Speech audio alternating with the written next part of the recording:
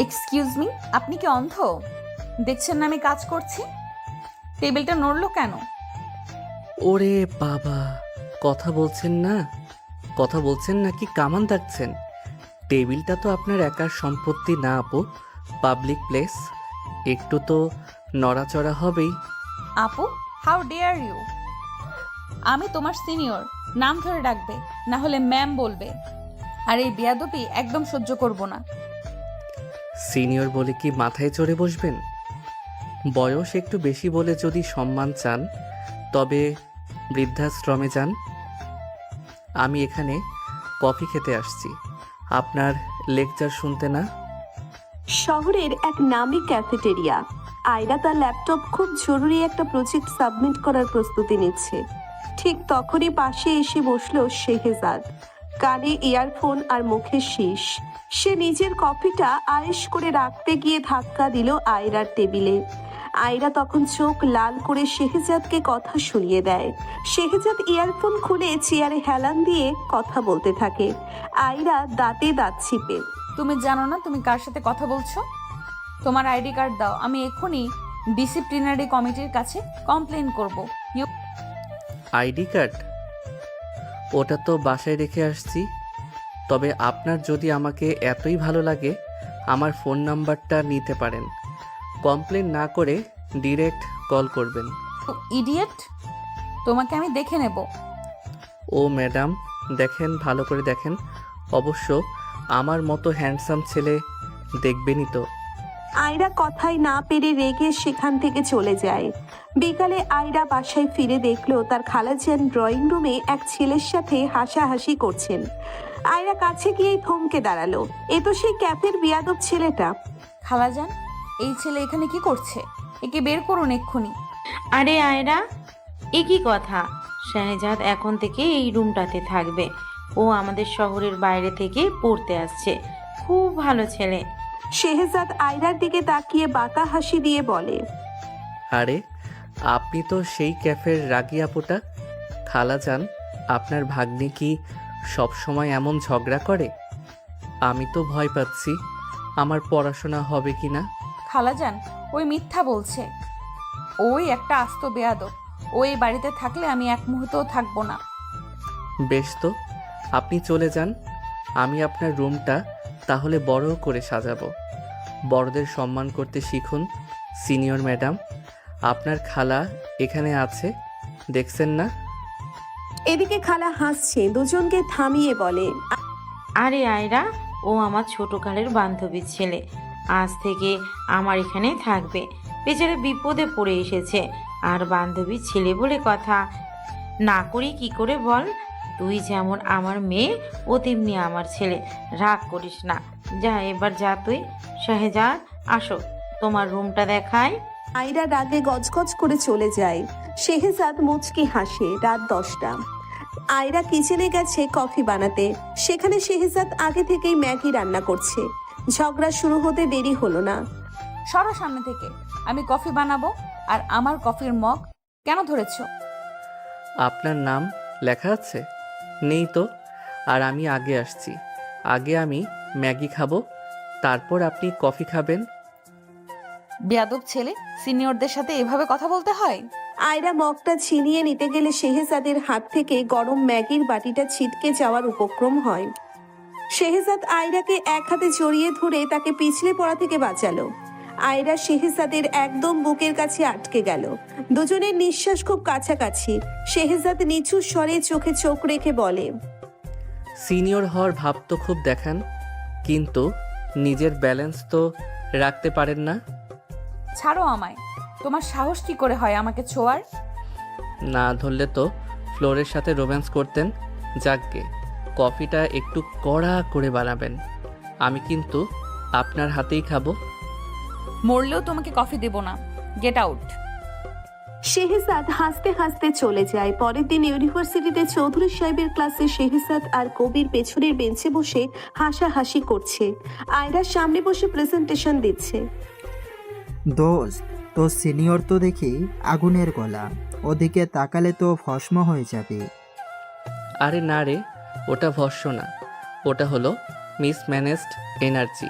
একটু পরেই দেখবি ওর প্রেজেন্টেশন আমি কিভাবে নষ্ট করি।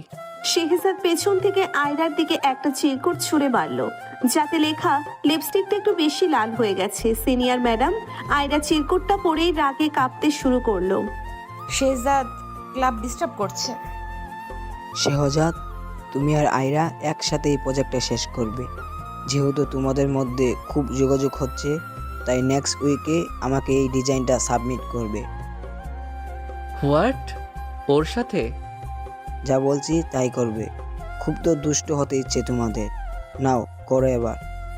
দুজনেই স্যারের কথা শুনে একে অপরকে চোখ দিয়ে গিলে নিচ্ছে যেন, কারণ তারা মরতে রাজি, একসাথে প্রজেক্ট করতে নয়। ক্লাস শেষ করে আয়রা টিউশন করায়। ফিরতে ফিরতে তার সন্ধ্যা হয়ে যাবে, তাই দ্রুত বাস স্ট্যান্ডে এসে দাঁড়ায়। সন্ধ্যায় ফেরার পথে আকাশ ভেঙে বৃষ্টি নামলো। আয়রা ছাতা আনতে ভুলে গেছে। সে বাস স্ট্যান্ডে দাঁড়িয়ে কাঁপছে। শেহজাদ তার বাইক নিয়ে পাশে এসে দাঁড়ালো। কি সিনিয়র, বৃষ্টিতে ভিজে তো একদম বিড়ালের মতো অবস্থা হয়েছে। আসুন লিফট দেই। তোমার বাইকে আমি কোনোদিন উঠবো না, আমি রিক্সা নেব। শহরে এখন ধর্মঘট, রিক্সা পাবেন না। আর যদি কাল জ্বর আসে তবে প্রজেক্টের কাজ করবে কে? আমি কি আপনার চাকর নাকি? আয়রা অনিচ্ছা সত্ত্বেও শেহজাদের পেছনে বসলো। বাইক স্টার্ট দিতেই ঝাঁকুনিতে আয়রা শেহজাদকে জড়িয়ে ধরলো। শেহজাদ আয়নায় আয়রার মুখটা দেখে মনে মনে হাসলো। এত জোরে ধরার দরকার নেই, আমি পালিয়ে যাচ্ছি না। চুপচাপ বাইক চালাও বেয়াদব। বৃষ্টি বন্ধ হলে তোমাকে দেখে নেব।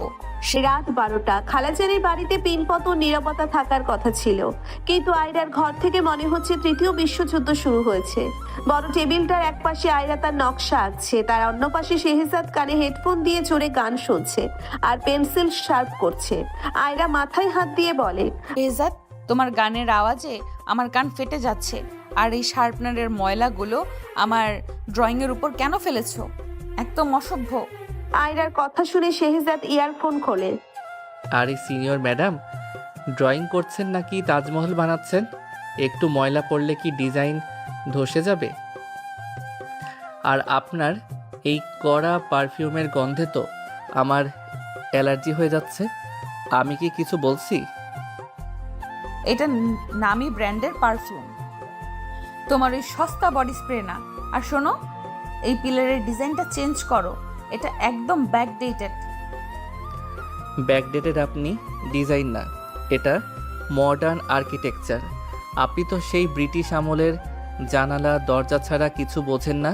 ঠিক তখনই আয়রার ফোনে ভিডিও কল এলো। ওপাশে পিউ আর কবির একসাথে বসে পিৎজা খাচ্ছে। তারা দুজনেই শেহজাদ আর আয়রার এই প্রজেক্টের অফিসিয়াল অবজারভার। পিউ আর কবির আবার একে অপরের বন্ধুও। কি ডায়রা, তোদের প্রজেক্ট কত দূর? নাকি একে অপরকে খুন করে ড্রেনে ফেলে দিয়েছিস? কবির মুখ ভর্তি পিৎজা নিয়ে বলে, শেহজাদ ভাই, সিনিয়রকে বেশি জ্বালিয়েন না। ফেলিওর করে দিলে কিন্তু খবর আছে। আয়রা আপু, শেহজাদকে একটু ভালো মন্দ খাওয়ান, দেখবেন আপনার ড্রয়িংও একাই করে দেবে। আমি একে খাওয়াবো? একে বিষ খাওয়ানো উচিত। সারাদিন শুধু তর্ক আর বেয়াদবি। শুনলি কবির, এই হলো আমাদের সিনিয়রদের নমুনা। ভালোবাসা তো দূরে থাক, এক কাপ চা খাওয়ার অফারও নেই। কথা বলতে বলতে দুইজনেরই পেটে খিদে চঞ্চন করে ওঠে। আচ্ছা থাক, রাখ এবার, খিদে পেয়েছে।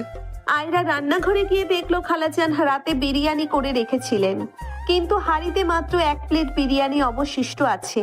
আয়রা হাঁড়িটা নিতেই শেহজাদ সেখানে হাজির। হুম, ওটা আমার। আমি হোস্টেলে থাকার সময় থেকে জানি যে লাস্ট প্লেট সব সময় আমার হয়। তুমি গেস্ট আর আমি এই বাড়ির মেয়ে, তাই এই বিরিয়ানি আমার হকের। ছাড়ো বলছি হাঁড়িটা। ছাড়বো না। সিনিয়র হিসেবে আপনার উচিত জুনিয়রকে খেতে দেওয়া। আপনার দয়া মায়া নেই। তোমার জন্য নেই, বেয়াদবদের উপোস থাকা ভালো। টানাটানির এক পর্যায়ে বিরিয়ানির হাঁড়িটা উল্টে গিয়ে দুজনের গায়ে কিছুটা পড়লো। আয়রা তো রাগে কাঁপছে। দেখো কি করলে এটা? আমার প্রিয় ড্রেসটা শেষ। দোষ আপনার। কেন হাঁড়ি টানছিলেন? এখন যান, দুজনে মিলে ভাগ করে ফ্লোর পরিষ্কার করি। ঝগড়ার শব্দে খালাজান ঘর থেকে বেরিয়ে এলেন। তার পেছনে ফোনে ভিডিও কলে আয়রার মা, যিনি শহরের বড় ডাক্তার, তিনি কথা বলছিলেন। তাকে আয়রার খালা আগে থেকেই সব বলেছিলেন। দুজনের চিৎকার শুনে তিনি বলে উঠলেন, আয়রা, এত রাতে কিসের চিৎকার? সে যাদের সাথে কেন ঝগড়া করছিস? ওর বাবা আমার খুব পরিচিত, ছেলেটা খুব ভালো। মা, তুমি জানো না ও কতটা বেয়াদব। ও তোমার সামনে ভালো সাজছে। শেহজাদ সাথে সাথে মাসুম চেহারা বানিয়ে কলের সামনে গেল। আন্টি দেখুন, আমি শুধু একটু খেতে চেয়েছিলাম। আয়রা আপু আমাকে ধমকাচ্ছে। আমি কালকেই হোস্টেলে চলে যাব ভাবছি। না না শেহজাদ, তুমি কোথাও যাবে না।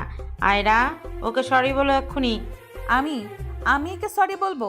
ইম্পসিবল। বলো আয়রা। আয়রা কিছুক্ষণ দম ধরে শেহজাদের দিকে তাকিয়ে থাকে, তারপর রেগে বলে, সরি।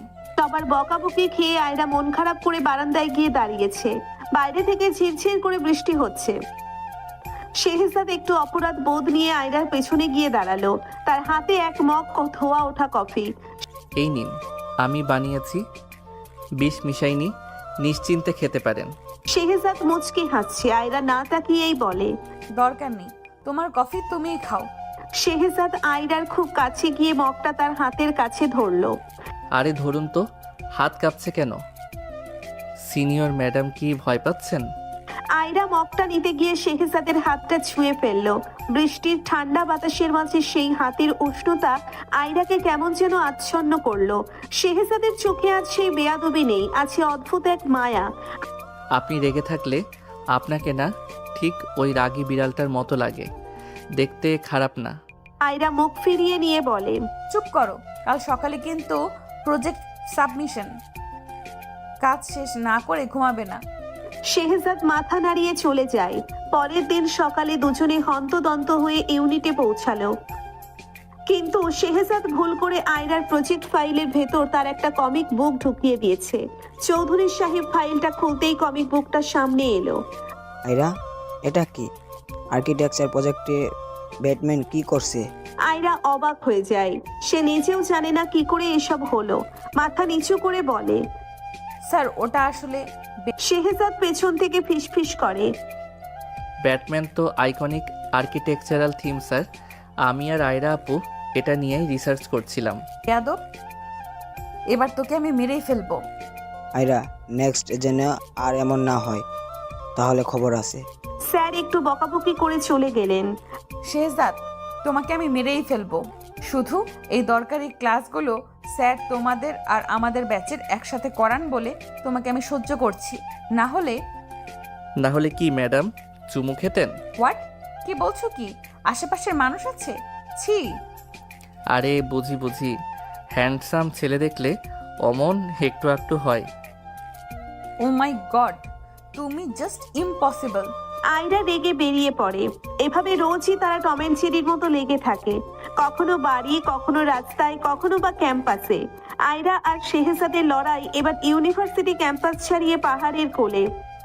ডিপার্টমেন্ট থেকে আয়োজন করা হয়েছে একটা স্টাডি ট্যুরের। আমরা এই ট্যুরের ইনচার্জ, আর শেহজাদ, সে হলো সেই মেজাজ খারাপ করা জুনিয়র যে বিনা কারণে সব পরিকল্পনা ভেস্তে দিতে ওস্তাদ। যাবার দিন বাসের ভেতর হই হল্লোড় করে তুঙ্গে।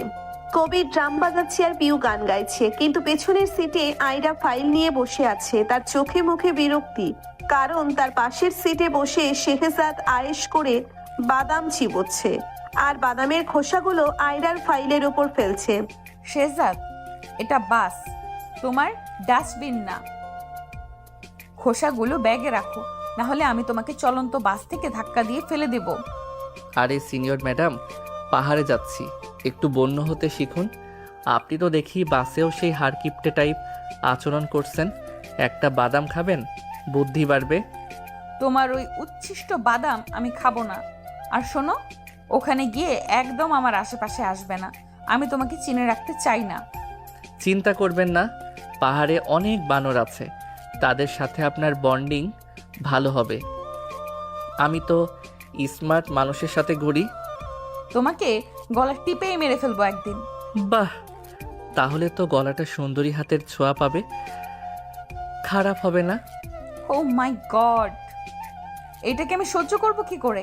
পাহাড়ে পৌঁছানোর পর রাতে ক্যাম্প ফায়ার শুরু হলো। কবির দায়িত্ব নিল বারবিকিউ করার, কিন্তু সে মশলার বদলে ভুলে আয়রার দামি কসমেটিক্স পাউডার মাংসে মিশিয়ে দিল, কারণ আয়রা পাউডারটা বক্স ছাড়া ব্যাগে রেখেছিল। ভুল করে সেটা মশলার বাক্সে চলে যায়। দোস্ত, শেহজাদ, মাংসের গন্ধটা কেন জানি একটু ফ্লোরাল ফ্লোরাল আসছে না। শেহজাদ মাংস মুখে দিয়ে লাফিয়ে ওঠে। ওয়াক! কবির, এটা কি চিকেন নাকি ফেস ওয়াশ? আয়রা আপু, আপনার পাউডারটা কিছুক্ষণ আগে মশলার বাক্সে দেখছিলাম। আপনার পাউডার কি কবির রান্নাঘরে ইউজ করেছে? হোয়াট? আমার 5,000 টাকার পাউডার তোমরা পুড়িয়ে ফেলেছো? তোমরা তোমরা দুইজন কি মানুষ নাকি আজব জানোয়ার? আয়রা শান্ত হোক, কবির তো ফুল করে করেছে, চল আমরা নুডলস বানাই। না, আমি অসভ্যতার আশেপাশে থাকবো না। আমি একাই হাঁটতে যাচ্ছি। কবির ভয়ে কাঁপতে থাকে। সে নিজেও জানে না অত বড় ভুল করে ফেলেছে। এ বাবা, ডাইনির গুহায় হাত দিয়েছি রে শেহজাদ, এবার কি হবে? কিছু হবে না। গুহায় আগুন জ্বালিয়ে দে, জ্বলে পুড়ে খাক হোক। কবির হো হো করে হেসে দিল। এদিকে রাত গভীর হচ্ছে। আয়রা রাগের মাথায় বনের দিকে অনেকটা হেঁটে চলে গেছে। হঠাৎ কুয়াশা নামলো আর সে রাস্তায় দিশা হারিয়ে ফেললো। ওদিকে ক্যাম্পে শেহজাদ দেখলো আয়রার কোনো খবর নেই। কবির, আয়রা আপু তো ফিরল না। 1 ঘন্টা হয়ে গেছে। এই পাহাড়ে তো বুনো জানোয়ার থাকে। ওর ফোনটাও লাগছে না। শেহজাদ, কিছু একটা কর। শেহজাদ হাতে একটা টর্চ নিয়ে বনের দিকে দৌড় দিল। আর চোখে মুখে এখন আর সেই বেয়াদবি নেই, আছে এক চাপা আতঙ্ক। সে মনে মনে বলছে, আয়রা, প্লিজ কিছু হোক না আপনার। আপনি না থাকলে আমি ঝগড়া করব কার সাথে?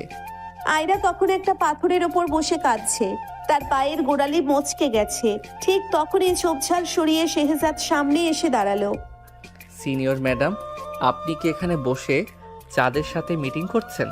জানেন আমরা কতটা ভয় পেয়েছিলাম। শেহজাদ, তুমি এসেছো? আমি আর ফিরতে পারছিলাম না, আমার পা। শেহজাদ কাছে এসে আয়রার পা চেক করতে করতে বলে, বড্ড জেদি আপনি। একা আসতে কে বলেছিল? এখন তো দেখছি আপনাকে পাজা কোলা করে নিয়ে যেতে হবে। না, আমি তোমার কোলে উঠবো না। তুমি বেয়াদব। তুমি গিয়ে সবাইকে বলো আমাকে নিয়ে যেতে। শেহজাদ আয়রাকে এক ঝটকায় কোলে তুলে নিয়ে বলে, চুপ, একদম কথা বলবেন না। এখন সিনিয়র জুনিয়র ভুলে যান। আপনার ওজন তো কম না। এমনিতেই আমার কোমর ভাঙার দশা। পূর্ণিমার আলোয় শেহজাদ আয়রাকে কোলে নিয়ে হাঁটছে। আয়রার মাথা শেহজাদের কাঁধে। সে শুনতে পাচ্ছে শেহজাদের দ্রুত হৃদস্পন্দন। দুজনের মাঝে এক অদ্ভুত নিরাপত্তা, যা পাহাড়ের নিস্তব্ধতাকেও হার মানায়। সকালে ক্যাম্পে ফেরার পর সবাই আয়রাকে নিয়ে ব্যস্ত। ঠিক তখন খালাজানের ফোন শেহজাদের ফোনে। শাহজাদ বাবা, আয়রা কেমন আছে? আমাদের দুই পরিবারের বড়রা কথা বলছে। আয়রার মা চাচ্ছেন তোমাদের দুজনের একটা পাকা কথা হয়ে যাক। তোমরা তো একসাথে আছোই। শেহজাদ অবাক হয়, তবে মজাও পায়। সে হেসে আয়রার দিকে তাকিয়ে বলে, খালাজান, আপনার ভাগ্নি তো আমাকে সহ্যই করতে পারে না। ও তো বলে আমি নাকি বেয়াদব। বিয়ে করলে তো ও আমাকে রান্না করে বিষ খাইয়ে দেবে। আয়রা পাশ থেকে শুনছিল। তার মাথা গরম হয়ে যায়। সে অবাক হয়ে যায় তার মা আর খালা এসব ভাবনা ভাবলো কি করে। আর বেয়াদবটাও কেমন হাসছে। সে ফোন কেড়ে নিয়ে বলে, খালাজান, এই ছেলের সাথে বিয়ে? আমি বরং হিমালয়ে গিয়ে সন্ন্যাসী হব, তাও ভালো। কবির আর পিউ আড়ালে দাঁড়িয়ে সব দেখছিল। তারা ঠিক করলো ইউনিভার্সিটি ফেরার পর তারা একটা নাটক সাজাবে, যাতে শেহজাদ আর আয়রা একে অপরের প্রতি দুর্বলতা প্রকাশ করতে বাধ্য হয়।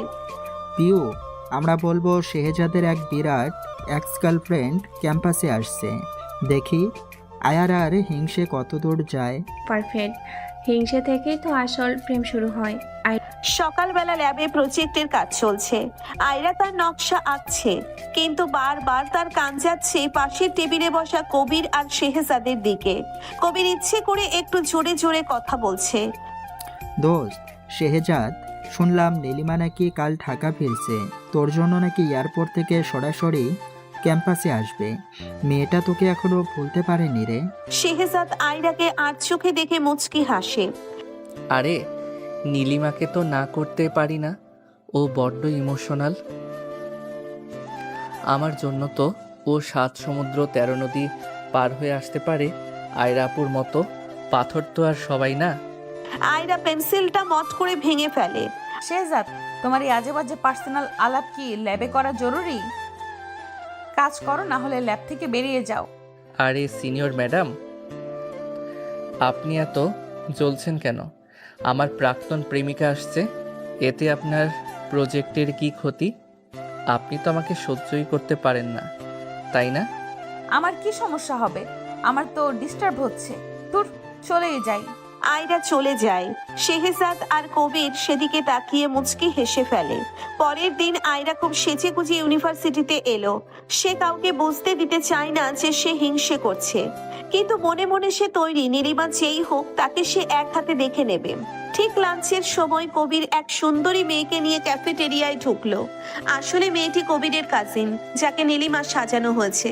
শেহজাদ, ও মাই গড, তুমি কতটা হ্যান্ডসাম হয়ে গেছো। আর এই মেয়েটিকে? তোমার মেট? মেড না, আমি ওর সিনিয়র। আর তুমি কে? মেকআপের ডিব্বা? আমি শেহজাদের জাত। ও তো আমার জন্য পাগল ছিল, তাই না শেহজাদ?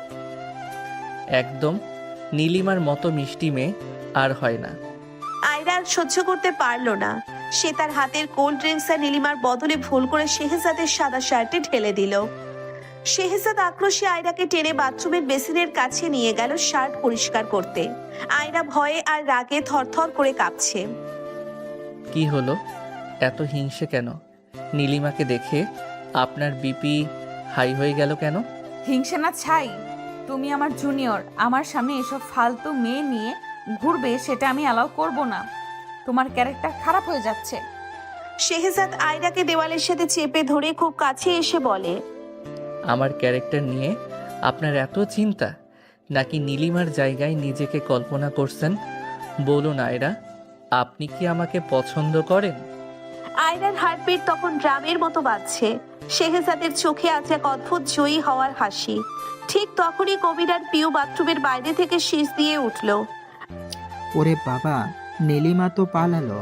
এখন আসল নীলিমা তো শেহজাদের বুকের ভেতরেই ঢুকে যাচ্ছে দেখছি। এবার তো মেনে নে, তুই শেহজাদকে ছাড়া এক মুহূর্ত থাকতে পারিস না। আয়রা শেহজাদকে ধাক্কা দিয়ে সরিয়ে দেয়। তোমরা সবাই মিলে আমাকে গাধা বানাচ্ছিলে। ওই মেয়েটা কে ছিল? ওটা কবিরের বোন, আপনাকে একটু জ্বালানোর জন্য এই আয়োজন। কিন্তু আপনি তো দেখি জেনুইনলি জ্বলছেন। তোমাদের সব কটাকে আমি দেখে নেব। ফাজিল, তোমাদের কত সাহস আমার সাথে গেম প্ল্যান করো? হাজার করে লাভ নেই, এই বেয়াদবকে আমি ঘৃণা করি। আয়রা হনহন করে হেঁটে গেল। বাকিরা থ হয়ে গেল। এটা কি হলো? বাদ দে, চল ক্যান্টিনে যাই, ক্ষুধা পেয়েছে। সন্ধ্যায় বাড়িতে ফিরে আয়রা দেখলো তার বাবা এসেছে। সে আর শেহজাদের বাবা ড্রয়িং রুমে বসে কফি খাচ্ছেন। তারা দুজনেই খুব পুরনো বন্ধু। আয়রা তাদের এখানে আর একসাথে দেখে অবাক হয়ে যায়। আয়রা, শেহজাদ, তোমরা এসেছো? আমরা আপাতত এখানে তোমাদের জন্য এসেছি। আমরা ঠিক করেছি তোমাদের বিয়েটা এই মাসেই সেরে ফেলবো। তোমরা ইউনিভার্সিটিতে একসাথে আছো, বাড়িতেও আছো, দেরি করে লাভ কি? বাবাও একটা বেয়াদব, ও আমাকে সারাদিন জ্বালায়। তুমি কি বলো এসব বলার জন্য এখানে আসছো তোমরা? খালার বাসা থেকে দুজনের ক্লাস করতে সুবিধা, তাই তোমরা কিসের মধ্যে কি ঢুকাচ্ছ? আরে শেহজাদ তো বললো আয়রা নাকি ওকে খুব কেয়ার করে। পাহাড়ে নাকি আয়রা ওকে জড়িয়ে ধরেছিল। শেহজাদ আয়রার দিকে তাকিয়ে চোখ টেপে। হ্যাঁ বাবা, আয়রা আপু তো আমাকে ছাড়া এক পাও চলতে পারে না। শেহজাদ, আমি তোমাকে আজ কাঁচা চিবিয়ে খাবো। শেহজাদ আর আয়রার বাবা খানিক পরে চলে যান। তারা ভাবলেন এখন জোরাজুরি দরকার নেই, ওরা নিজেরাই ঠিক করবে সব। রাতে লাইব্রেরিতে দুজনে পড়তে বসেছে। আয়রা বই নিয়ে আড়াল করে শেহজাদকে গালি দিচ্ছে। বেয়াদব, অসভ্য, আমার বাবাকে ওইসব কথা কে বলতে বলেছিল? সত্যি কথা বলা কি অপরাধ? আর শুনুন, সিনিয়র বউ বিয়ের পর কিন্তু আপনাকে আমার সব অ্যাসাইনমেন্ট করে দিতে হবে। আমি তোমার চাকর নই, আর আমি তোমাকে বিয়ে করব না। সেটা মাস শেষে দেখা যাবে। এখন চুপচাপ পড়ুন তো, না হলে লাইব্রেরিয়ান এসে আমাদের বের করে দেবে। আয়রা আর শেহজাদ একে অপরকে সহ্য করতে পারা মানে তো কিয়ামত নেমে আসা। বিয়ের প্রস্তাবের কথা শুনে আয়রা তো শেহজাদকে জ্যান্ত কবর দেওয়ার প্ল্যান করছে। দুজনের মধ্যে কোনো স্বীকারোক্তি নেই, শুধু আছে ইগো আর অনিচ্ছাকৃত কিছু মুহূর্ত। আয়রার বাবার সেই বিয়ের কথা শোনার পর থেকে আয়রা আর শেহজাদের মধ্যে কথা বলা বন্ধ। আয়রা ঠিক করেছে সে শেহজাদের ছায়াও মারাবে না। কিন্তু বিধাতার লেখনী খন্ডাবেকে চৌধুরী সাহেব তাদের দুজনকে পাঠালেন শহরের বাইরে এক পুরনো রাজবাড়ি বা হেরিটেজ সাইটের ড্রয়িং আর আর্কিটেকচার মাপজোক নিতে। সমস্যা হলো দুজনের কাজ শেষ হতে সন্ধ্যা হয়ে গেল, আর ঠিক তখনই শুরু হলো প্রলয়ঙ্কারী ঝড় আর বৃষ্টি। শহরের বাইরের এক নির্জন রাস্তা, ঝমঝম করে বৃষ্টি পড়ছে। শেহজাদের বাইকটা হঠাৎ একটা গো গো শব্দ করে মাঝ রাস্তায় থেমে গেল। আয়রা পেছনের সিটে রেইনকোট পরে বসেছিল, সে ধপাস করে নেমে পড়ল। আয়রা রাগে চিৎকার করে, শেহজাদ, আমি আগেই বলেছিলাম তোমার এই লক্কর ছক্কর বাইক নিয়ে আমি আসবো না। এখন এই জনমানবহীন জঙ্গলের রাস্তায় আমি কি করব? কোনো রিক্সা নেই, গাড়ি নেই, তুমি আস্ত একটা অপদার্থ। শেহজাদ বাইকটা স্ট্যান্ডে রেখে বিরক্তির চরম সীমায় গিয়ে বলল, অপদার্থ আমি নাকি আপনি? আপনার ওই এক গাদা ড্রয়িং শিট আর ভারী ব্যাগের ওজনে বাইকের চেইন ছিঁড়ে গেছে, আর লক্কর ঝক্কর বলছেন এই বাইকটা আমার জান। এখন চেঁচামেচি না করে সামনের ওই ভাঙা বাংলোটার দিকে চলুন, না হলে নিউমোনিয়া হয়ে এখানেই পটল তুলবেন। আমি তোমার সাথে কোনো ভাঙা বাড়িতে যাব না। ভূতে ধরলে ধরুক, তাও তোমার পাশে থাকবো না। এই বেশ তো, থাকুন এখানে, আমি চললাম। বাগে ধরলে তখন ও মা গো, ও বাবা গো বলে চিল্লাইন না। শেহজাদ হনহন করে এগোতে শুরু করলো। আয়রা দেখলো চারপাশে অন্ধকার হয়ে আছে আর ঝোপঝাড় থেকে অদ্ভুত শব্দ আসছে। সে ভয় পেয়ে ব্যাগটা ঝাপটে ধরে দৌড়ে গিয়ে শেহজাদের পাঞ্জাবির পেছনটা খপ করে ধরলো। শোনো, আমি জাস্ট ব্যাগের ওজনে হাঁটতে পারছি না, তাই তোমার সাথে যাচ্ছি। ভেবো না যে আমি ভয় পেয়েছি। হ্যাঁ হ্যাঁ জানি তো, আপনি তো জাদরেল সিনিয়র, আপনি ভয় পাবেন কেন? ওরা বাংলোতে পৌঁছলো। বাংলোটার ভেতরে ধুলোয় আস্তরণ। শেহজাদ কোনো মতে কিছু শুকনো কাঠ জোগাড় করে আগুন জ্বালালো। আয়রার সারা শরীর বৃষ্টিতে ভিজে কাঁপছে। সে একটা কোনায় গুটিসুটি মেরে বসলো। এই নিন, আপনার ওই ভেজা ওড়নাটা আগুনের কাছে দিন, না হলে শুকাবে না। আর আমার এই জ্যাকেটটা গায়ে দিন। তোমার জ্যাকেট আমি পরবো না, ওটা থেকে নিশ্চয়ই বিচ্ছিরি গন্ধ বেরোচ্ছে। শেহজাদ জোর করে জ্যাকেটটা আয়রার গায়ে জড়িয়ে দিয়ে বলল, একদম চুপ, বড় বড় কথা বলার ক্ষমতা এখন নেই। শরীর বরফের মতো হয়ে আছে, তাও ইগো কবে না। এখন কি আপনার ওই পারফেকশনিস্ট ইমেজটা ধুলোয় মিশে যাচ্ছে সিনিয়র ম্যাডাম? আয়রা কিছু বলতে গিয়েও থমকে গেল। শেহজাদ যখন জ্যাকেটটা পরাচ্ছিল তার হাতটা আয়রার গলার কাছে আলতো করে ঠেকলো। আয়রা দেখলো শেহজাদের চুল থেকে বৃষ্টির জল টপ টপ করে পড়ছে। আগুনের হলদে আলোয় শেহজাদকে কেন জানি আজ একটু বেশি অন্যরকম লাগছে। শেহজাদ, তুমি কি সত্যি আমাকে ঘৃণা করো? শেহজাদ এক মুহূর্তের জন্য থমকে গেল, তারপর আবার সেই চিরচেনা হাসি দিয়ে, ঘৃণা করার জন্য তো সেন্স দরকার। আপনার কি মনে হয় আমার সেই সেন্স আছে? আমি তো শুধু জানি আপনাকে কিভাবে জ্বালানো যায়। এখন একটু ঘুমানোর চেষ্টা করুন। রাত গভীর, ঝড়ের শব্দ কমলেও বৃষ্টি পড়ছে এক নাগাড়ে। আয়রা আগুনের পাশে বসে থাকতে থাকতে ক্লান্ত হয়ে শেহজাদের কাঁধের ওপর মাথা রেখে ঘুমিয়ে পড়েছে। শেহজাদও দেওয়ালের সাথে হেলান দিয়ে ঘুমিয়েছিল। ঘুমের ঘোরে শেহজাদ আয়রার কোমর জড়িয়ে ধরে তাকে নিজের কাছে টেনে নিল। আয়রার নিঃশ্বাস শেহজাদের ঘাড়ের ওপর পড়ছে। ভোরবেলা পাখির ডাকে আয়রার ঘুম ভাঙলো। সে চোখ খুলেই দেখলো সে শেহজাদের একদম গায়ের সাথে লেপ্টে আছে। শেহজাদের একটা হাত তার চুলে বিলি কাটছে ঘুমের ঘোরে। আয়রা থমকে গেল, তার হৃৎপিণ্ড যেন পাথরের হাড় ভেঙে বেরিয়ে আসতে চাইছে।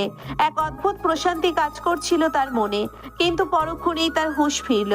আয়রা এক ঝটকায় শেহজাদকে ধাক্কা দিয়ে সরিয়ে দাঁড়িয়ে পড়ল। শেহজাদ, তুমি তুমি আমার এত কাছে কি করছিলে? ছি, তুমি আস্ত একটা সুযোগ সন্ধানে বেয়াদব। শেহজাদ ধরপড় করে উঠে বসে, চোখ কচলাতে কচলাতে বলল, হোয়াট দা, আমি কি করলাম? আমি তো ঘুমাচ্ছিলাম। আপনি তো আমার কাঁধে মাথা রেখে লালা ঝরাচ্ছিলেন, উল্টো আমাকে দোষ দিচ্ছেন। আমি লালা ঝরাইনি, তুমি আমাকে জড়িয়ে ধরেছিলে। আমি কালই তোমার নামে নালিশ করব। করুন না, প্রমাণ কি? আপনি তো ভয় পেয়ে আমার পাঞ্জাবিও ছিঁড়ে ফেলেছেন।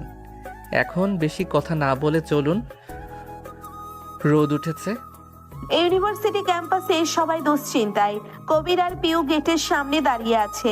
ঠিক তখনই একটা রিকশায় করে কায়রা আর শেহজাদ নামলো। দুজনেরই বিধ্বস্ত চেহারা, জামা কাপড় কোঁচকানো। ওরে বাবা, রোমিও জুলিয়েট তো ফিরেছে। দোস্ত শেহজাদ, রাতটা কেমন কাটলো? ড্রয়িং তো মনে হয় ভালোই হয়েছে, তাই না? আয়রা, তোকে তো দেখতে একদম যুদ্ধ ফেরত সৈনিকের মতো লাগছে। কি হয়েছিল তোদের মাঝে? শেহজাদ কবিরের কাঁধে হাত রেখে জোরে জোরে বলে। আরে দোস্ত, সিনিয়র ম্যাডাম তো রাতে ভয়ে আমার হাতই ছাড়ছিলেন না। বলছিলেন, শেহজাদ প্লিজ আমাকে ছেড়ে যেও না।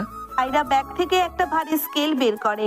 শেহজাদ চৌধুরী, আমি ওসব কখন বললাম? মিথ্যেবাদী, দাঁড়াও, আজ তোমার হাড় গোড় আমি গুঁড়ো করবো। শেহজাদ দৌড় দিল আর আয়রা স্কেল হাতে তার পিছে পিছে। পুরো ক্যাম্পাসের মানুষ হাঁ করে দেখছে দুই মেরুর দুই মানুষের ওই দৌড়ঝাঁপ। চৌধুরী সাহেব তাদের এই ঝগড়া দেখে রেগে মেগে দুজনকে আবারও লাইব্রেরির এক কোনায় 100টা পুরনো ফাইল গোছানোর পানিশমেন্ট দিলেন। সব তোমার জন্য। কেন ওই বাসি বিরিয়ানির গল্প কবিরকে বলতে গেলে? চুপ করুন তো, কাজটা জলদি শেষ করি। আমার বাড়িতে আজ মেহমান আসবে। ঠিক তখনই লাইব্রেরি ঢুকলেন আয়রার খালাজান আর শেহজাদের মা। তারা দুজন মিলে একটা শপিং ব্যাগ নিয়ে এসেছেন। সরি আয়রা, দেখ তোর মা পাঠিয়েছেন এই শাড়িটা। তুই আর শাহজাদ মিলে চয়েস করবি। এটা তোদের এঙ্গেজমেন্টের জন্য। আয়রা অবাক হয়ে যায়। কতটা পাগল হলে তার মা আর খালা ক্যাম্পাসে চলে আসে এসব করতে। সে ফাইলের স্তূপ ফেলে দিয়ে বলে, খালাজান, আমি কতবার বলবো আমি একা বিয়ে করব না? ও আমার জুনিয়র, ও একটা অসভ্য। আরে মা আয়রা, জুনিয়র তো কি হয়েছে? ও তোমাকে কতটা আগলে রাখে সেটা তো আমরা জানি। শেহজাদ তুই বল। শেহজাদ খুব নিরীহ মুখে আয়রার দিকে তাকিয়ে বলে, মা, আমি তো রাজি, কিন্তু সিনিয়র ম্যাডামের তো বড্ড অহংকার। উনি তো আমার সাথে এক মগ কফিও শেয়ার করতে চান না। শেহজাদ, তুমি যে পরিমাণ নাটক করছো, একদিন তোমাকে আমি আসমান থেকে ফেলে দেব। শেহজাদ মুচকি হাসে। খালা আর শেহজাদের মা চলে যায়। আয়রা রাগে গজগজ করে চলে যায়। আয়রা আর শেহজাদের মধ্যে যুদ্ধ এখন এমন পর্যায়ে পৌঁছিয়েছে যে ইউনিভার্সিটির ক্যাম্পাসে তাদের দুজনের দেখা হওয়া মানেই সাধারণ ছাত্রছাত্রীদের দূরে সরে যাওয়া।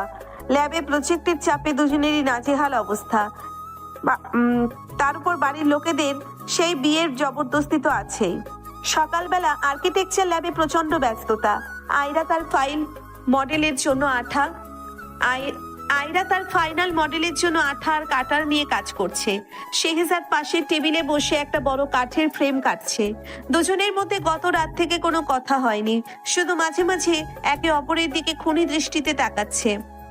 শেহজাদ, তোমার ওই করাত চালানোর শব্দে আমার কনসেন্ট্রেশন নষ্ট হচ্ছে, একটু আস্তে করা যায় না? সিনিয়র ম্যাডাম, এটা ল্যাব, লাইব্রেরি না, শব্দ হবেই। আর আপনার মডেলটা তো কাঁপছে। আঠা কি মেয়াদোত্তীর্ণ নাকি আপনি লাগাতে জানেন না? বেয়াদবি করবে না শেহজাদ, আমার কাজে হাত দিতে এসো না। কথা কাটাকাটির মাঝে শেহজাদ হঠাৎ একটু জোরে চাপ দিতেই তার হাতের করাতটা পিছলে গেল। তার আঙ্গুলটা বেশ গভীরভাবে কেটে গেল। রক্ত দেখে শেহজাদ এক মুহূর্তের জন্য ফ্যাকাশে হয়ে গেল। সে খুব একটা অসুস্থতা সহ্য করতে পারে না। আয়রা রক্ত দেখে চিৎকার করে, ও মাই গড, তোমার হাত থেকে তো রক্ত পড়ছে। কবির, পিউ? শেহজাদ মাথা ঝিমঝিম করতে করতে বলল, আরে কিছু না, আপনি চিল্লাইয়েন না, জাস্ট একটু কেটেছে। বলতে বলতে শেহজাদ আবারও কাঁধের উপর ঢলে পড়ল। শেহজাদের মতো লম্বা চওড়া ছেলের ভার সামলাতে গিয়ে আয়রা প্রায় পড়ে যাচ্ছিল। ও শেহজাদকে জড়িয়ে ধরে মেঝেতে বসলো। আয়রার চোখে তখন সত্যিকারের পানি। পিউ, শেহজাদ চোখ খোলো, আমি সরি, আমি তোমাকে বকা দেব না আর, প্লিজ চোখ খোলো। ছুটে এসে বলল। আয়রা ও তো সেন্সলেস হয়ে গেছে, ওকে তাড়াতাড়ি মেডিকেল রুমে নিতে হবে। মেডিকেল রুমের বেডে শেহজাদ শুয়ে আছে, তার হাতে ব্যান্ডেজ করা হয়েছে। আয়রা পাশে বসে ওর কপালে জলপট্টি দিচ্ছে, কারণ টেনশনে শেহজাদের জ্বর চলে এসেছে। কবির আর পিউ বাইরে থেকে উকি দিচ্ছে। দেখলি পিউ, শেহজাদটা মরার আগে আয়রার হাতটা কেমন শক্ত করে ধরে আছে। একেই বলে সুযোগ বুঝে রোম্যান্স। চুপ কর কবির। আয়রা কিন্তু এখন খুবই সিরিয়াস, ও সত্যিই ভয় পেয়েছে। শেহজাদ ধীরে ধীরে চোখ খুললো, দেখলো আয়রা খুব মনোযোগ দিয়ে তার ব্যান্ডেজ করা হাতটা ধরে বসে আছে আর বিড়বিড় করে দোয়া পড়ছে। শেহজাদের ঠোঁটের কোণায় সেই চিরচেনা বাঁকা হাসিটা ফুটে উঠলো। সিনিয়র ম্যাডাম, আমি কি মরে গেছি? আপনি কি জান্নাতে আমার হুর হয়ে আসছেন? আয়রা এক ঝটকায় হাতটা ছেড়ে দিয়ে বলে, আরে আপনি তো কাঁদছিলেন, আমি সব শুনেছি। বলছিলেন না শেহজাদ প্লিজ চোখ খোলো, আমি আর ঝগড়া করব না। আমি ওসব কিছু বলিনি, আমি শুধু ভাবছিলাম আমি মরে গেলে আমার প্রজেক্টের ড্রয়িং কে শেষ করে দেবে।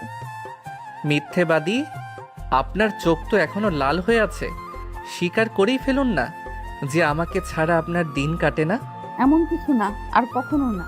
আয়রা উঠে চলে যায়। রাতে খালাজানের বাড়িতে শেহজাদ সোফায় আধা শোয়া হয়ে আছে। আয়রা এক বাটি গরম স্যুপ নিয়ে আসলো। খালাজান আর আয়রার মা ভিডিও কলে বসে তদারকি করছেন। আয়রা, শেহজাদকে নিজ হাতে খাইয়ে দে তো মা, ওর হাত তো কাটা।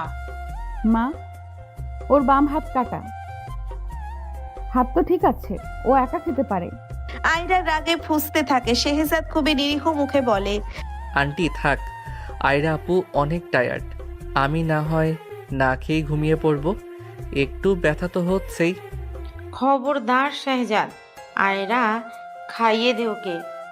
আয়রা এক চামচ স্যুপ নিয়ে শেহজাদের মুখে প্রায় গুজে দিল। শেহজাদ গিলে নিয়ে হাসলো। রাত বুঝলাম না, আমাদের দুই পরিবার এমন করছে কেন? আর আমার মা বাবা যে কি পেয়েছে এই পাগলের মাঝে।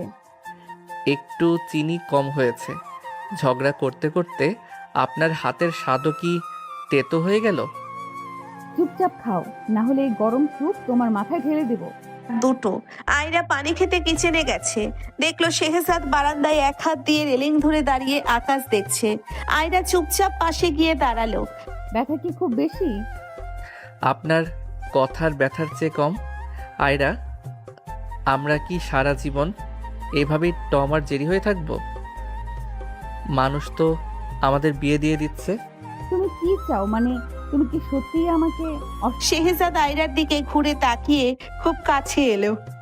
আয়রার পিঠ রেলিং এ ঠেকে গেল। সে আমি চাই আপনি প্রতিদিন আমার জন্য এভাবে স্যুপ বানান, আর আমি প্রতিদিন আপনার সাথে ঝগড়া করি, কিন্তু আমাদের মধ্যে এই ইগোটা কি কোনোদিন শেষ হবে? শেহজাদ আয়রার কপালে আসা একটা চুল আলতো করে সরিয়ে দিল। আয়রা স্থির হয়ে দাঁড়িয়ে আছে, তার মনে হচ্ছে সময়টা থেমে যাক। ঠিক তখনই শেহজাদ আবার সেই বেয়াদবি মুডে ফিরে আসলো। তবে হ্যাঁ, বিয়ের পর কিন্তু আমি আপনার লিপস্টিক নিয়ে ডায়েরিতে আঁকাআঁকি করবই না, এসবও করব না। কারণ আমি আপনাকে বিয়েই করব না। আপনার মতো জঙ্গলিকে কেউ বিয়ে করে নাকি? আয়রা ভীষণ রেগে যায়, এক ধাক্কায় শেহজাদকে সরিয়ে দিয়ে বলে, তুমি কোনোদিন পাল্টাবে না। পরের দিন সকালে ইউনিভার্সিটিতে কবির দৌড়ে আসলো। আরে শুনছিস চৌধুরী সাহেব, আজ আমাদের সবাইকে নিয়ে একটা রিসোর্টে যাওয়ার ঘোষণা দিয়েছেন। প্রজেক্ট সাবমিশনের সাকসেস পার্টি, আর সেখানে নাকি তোদের এঙ্গেজমেন্টের একটা সারপ্রাইজ প্ল্যান করা হচ্ছে। সারপ্রাইজ মানে কি? আমরা তো রাজি হইনি। রাজি হওয়া না হওয়া তোদের ব্যাপার, আমরা এনজয় করব এই ওসলাই বাস। তোরা শুধু ব্যাগ গুছিয়ে নে। আর কবির চলে যায়। মানে কি শেহজাদ? রাজি আমরা হইনি, অথচ বাকি সব রাজি হয়ে বসে আছে। কি অদ্ভুত। আমাদের চৌধুরী সাবও বাদ পড়ল না। চলেন যাই, বিয়ে তো বললেই হয়ে যায় না। যাব মিয়া বিবি নেহি রাজি তো কেয়া করেগা। যাব মিয়া বিবি নেহি রাজি তো কেয়া করেগা কাজী। লেখেন জিন্দেগি জিও বাচ্চো, কেয়া জানে কেয়া কাল হো না হো। চৌধুরী সাহেবের রিফ্রেশমেন্ট ট্রিপের নামে সবাইকে নিয়ে আসা হয়েছে শহরের বাইরের এক লাক্সারি রিসোর্টে। আয়রা ভেবেছিল এখানে অন্তত শেহজাদের থেকে দূরে থাকবে, কিন্তু কপাল, রিসোর্ট ম্যানেজমেন্টের ভুলের কারণে রুম শর্টেজ দেখা দিল। চৌধুরী সাহেব কড়া নির্দেশ দিলেন, অ্যাসাইনমেন্টের পার্টনাররা একসাথে রুম শেয়ার করবে। আয়রা ম্যানেজারের টেবিল চাপড়ে বলে, অসম্ভব। আমি এই জানোয়ারের সাথে একই রুমে থাকবো? হয় আমাকে আলাদা রুম দিন, নয়তো আমি লবিতে সোফায় ঘুমাবো। শেহজাদ পা তুলে সোফায় বসে আপেল কামড়াতে কামড়াতে বলে, আরে সিনিয়র ম্যাডাম, আপনার সাথে রুম শেয়ার করার শখ আমারও নেই। আপনার ওই মেকআপের ডিব্বা আর ফাইলের ভিড়ে আমি তো দম বন্ধ হয়ে মারা যাব। তবে হ্যাঁ, সোফায় ঘুমালে মশা কামড়াবে, তখন আবার আমার খাটে এসে জায়গা চাইবেন না তো? মরে গেলেও না, বেয়াদব ছেলে। দুপুরবেলা সবাই সুইমিং পুলের ধারে আড্ডা দিচ্ছে। আয়রা পুলের পাড় দিয়ে গটগট করে হাঁটছিল, পরনে তার দামি সাদা সালোয়ার কামিজ। শেহজাদ পুলের ভেতর থেকে কবিরের সাথে পাল্লা দিয়ে সাঁতার কাটছিল। শেহজাদ পুলের কিনারে এসে আয়রার পায়ে জল ছিটিয়ে দেয়। কি সিনিয়র ম্যাডাম, রোদ পোহাচ্ছেন? নামুন না একবার পানিতে। ভেজা বিড়ালের মতো লাগলে আপনাকে বেশ কিউট লাগে। শেহজাদ, আমার গায়ে পানি ছিটাবে না। এই ড্রেসটা ড্রাই ক্লিনিং করতে তোমার 1 মাসের হাত খরচ চলে যাবে। এত দেমাগ? এই নিন আরও একটু। শেহজাদ এবার হাত দিয়ে জোরে পানি ঝাপটা দিল। আয়রা সরতে গিয়ে টাইলসে পা পিছলে সোজা পুলের মাঝখানে গিয়ে পড়ল। সমস্যা হলো আয়রা সাঁতার জানে না। বাঁচাও, বাঁচাও শেহজাদ, আমি ডুবে যাচ্ছি। শেহজাদ প্রথমে ভাবছিল আয়রা নাটক করছে, কিন্তু আয়রার হাবুডুবু খাওয়া দেখে সে 1 সেকেন্ডে সিরিয়াস হয়ে গেল। দ্রুত সাঁতরে গিয়ে সে আয়রাকে কোমর জড়িয়ে ধরে পানির ওপর তুলল। আয়রা ভয়ে শেহজাদের গলা আঁকড়ে ধরে ঝুলে পড়ল। শেহজাদ আয়রার কানের কাছে ফিসফিস করে, আরে ধরছেন কেন? আমি তো আপনার শত্রু, ছেড়ে দেই। আয়রা হাঁপাতে হাঁপাতে ভিজে একাকার হয়ে বলে, চুপ করো, একদম ছাড়বে না। আমাকে পারে নিয়ে চলো। শেহজাদ আয়রাকে পারে তুলে আনলো। ভিজে কাপড়ে আয়রাকে দেখে শেহজাদ এক মুহূর্তের জন্য স্তব্ধ হয়ে গেল। আয়রার রাগী চোখ দুটো আজ কেমন যেন অসহায়। শেহজাদ নিজের টাওয়ালটা দিয়ে আয়রার মাথা মুছে দিতে দিতে খুব কাছে এগিয়ে এলো। বেশি ঢং করেন তো, তাই এই দশা। এখন চলুন রুমে গিয়ে ড্রেস পাল্টান, না হলে কাল জ্বর বাঁধিয়ে আমার প্রজেক্টের কাজ 12টা বাজাবেন। আয়রার হুঁশ ফিরে আসতে শেহজাদকে ধাক্কা দিয়ে সরিয়ে দিয়ে বলে, তোমার সাহায্য লাগবে না। আর খবরদার, এই ঘটনা নিয়ে কবিরদের কাছে একটা শব্দও বলবে না। যাক বাবা, উপকারের গলায় দড়ি। রাতে রুমে ঢুকে আয়রা প্রথমেই যেটা করলো সেটা হলো বালিশ দিয়ে বিছানার মাঝখানে একটা দেওয়াল বা বর্ডার তৈরি করা। এই যে বেয়াদব সাহেব, এই বালিশের ওপাশে যেন তোমার একটা আঙ্গুলও না আসে। আসলে কিন্তু আমি পুলিশ ডাকবো। পুলিশ? তারা এসে দেখবে বউ তার জামাইকে বালিশ দিয়ে মারছে। শুনুন, আপনার ওই নাক ডাকার আওয়াজে যদি আমার ঘুম ভেঙে যায়, তবে আমি আপনাকে বারান্দায় বের করে দেব। আমি নাক ডাকি না, তুমি ডাকো। আর কিসের বউ জামাই? আর একবার বললে মেরে ভোতা করে দেব। বাবা, ভয় পাইছি। ঠিক আছে, বলবো না। মাঝরাতে আয়রা পানির পিপাসায় উঠল। অন্ধকারে টেবিলের উপর রাখা জগটা নিতে গিয়ে সে হোঁচট খেয়ে সোজা শেহজাদের গায়ের উপর পড়ল। শেহজাদ ঘুমের ঘোরে আয়রাকে চোর ভেবে শক্ত করে চাপটে ধরল। চোর চোর, কবির, ধর একে। আরে আমি আয়রা, ছাড়ো আমাকে। ও গড, তোমার গায়ে তো শক্তি কেন? শেহজাদ চোখ খুলে দেখলো আয়রা তার বুকের উপর। আরে সিনিয়র ম্যাডাম, আপনি কি মাঝরাতে আমার উপর হামলা করার প্ল্যান করেছেন? বর্ডার ক্রস করা কি আইনত দণ্ডনীয় না? ফালতু কথা বলবে না, আমি পানি খেতে গিয়েছিলাম। ও তাই বলেন? আয়রা আর শেহজাদ ঘুমাতে চলে যায়। পরের দিন সকালে রিসোর্টে লিফটে করে নামার সময় হুট করে কারেন্ট চলে গেল। লিফটে শুধু আয়রা আর শেহজাদ। আয়রার ক্লাস্ট্রোফোবিয়া অর্থাৎ বন্ধ জায়গায় ভয় আছে। সে ঘামতে শুরু করলো আর তার শ্বাসকষ্ট শুরু হলো। আয়রা দেওয়াল ধরে বসে পড়ে। শেহজাদ, আমার খুব কষ্ট হচ্ছে, আমি নিঃশ্বাস নিতে পারছি না। আমরা কি এখানে মরে যাব? শেহজাদ সব ফাজলামি ভুলে আয়রার পাশে বসে তার 2 হাত নিজের হাতে নিল। আয়রা, তাকাও আমার দিকে। কিচ্ছু হবে না, আমি আছি তো। লম্বা শ্বাস নাও। 1 2 3। আয়রা শেহজাদের পাঞ্জাবি খামচে ধরে। প্লিজ আমাকে ছেড়ে যেও না, আমি খুব ভয় পাচ্ছি। শেহজাদ আয়রাকে আগলে ধরে তার মাথায় হাত বুলিয়ে দিতে দিতে বলে, আমি কোথাও যাচ্ছি না, একদম ভয় নেই। তুমি চাইলে আমাকে গালি দাও, বকাবকি করো, তাও শান্ত হও। প্রায় 20 মিনিট পর লিফট ঠিক হলো। দরজা খুলতেই আয়রা দেখলো সামনে কবির আর পিউ। সে তাড়াতাড়ি শাহজাদের থেকে ছিটকে দূরে সরে দাঁড়ালো। এই লিফটটা একদম বাজে শেহজাদ, তুমি কেন ওই বাটনগুলো টিপছিলে? তোমার জন্যই লিফট নষ্ট হয়ে গেছে। হোয়াট? আমি টিপছিলাম? একটু আগে তো বিড়ালের মতো আমার হাত ধরে কাঁপছিলেন, এখন আবার আমিই দোষী? আপনি আসলে একটা অদ্ভুত চিজ। কিরে শেহজাদ, লিফটে 20 মিনিট কি করলি? কোনো ড্রয়িংয়ের কাজ এগোলো? আরে না দোস্ত, সিনিয়র ম্যাডাম তো সেখানে অক্সিজেন কম বলে আমার হাড়গোড় ভেঙে ফেলার উপক্রম করেছিলেন। এরা তোর মুখ কেন লাল? জ্বর আসেনি তো? জ্বর না, এই অসভ্যগুলোর চেহারা দেখে আমার পিত্তি চলে যায়। আমি আজই ঢাকা ফিরবো। ট্রিপের শেষে সবাই পাহাড়ের ভিউ পয়েন্টে গেল। আয়রা একটা সেলফি তুলতে গিয়ে খাদের খুব কাছে চলে গেল।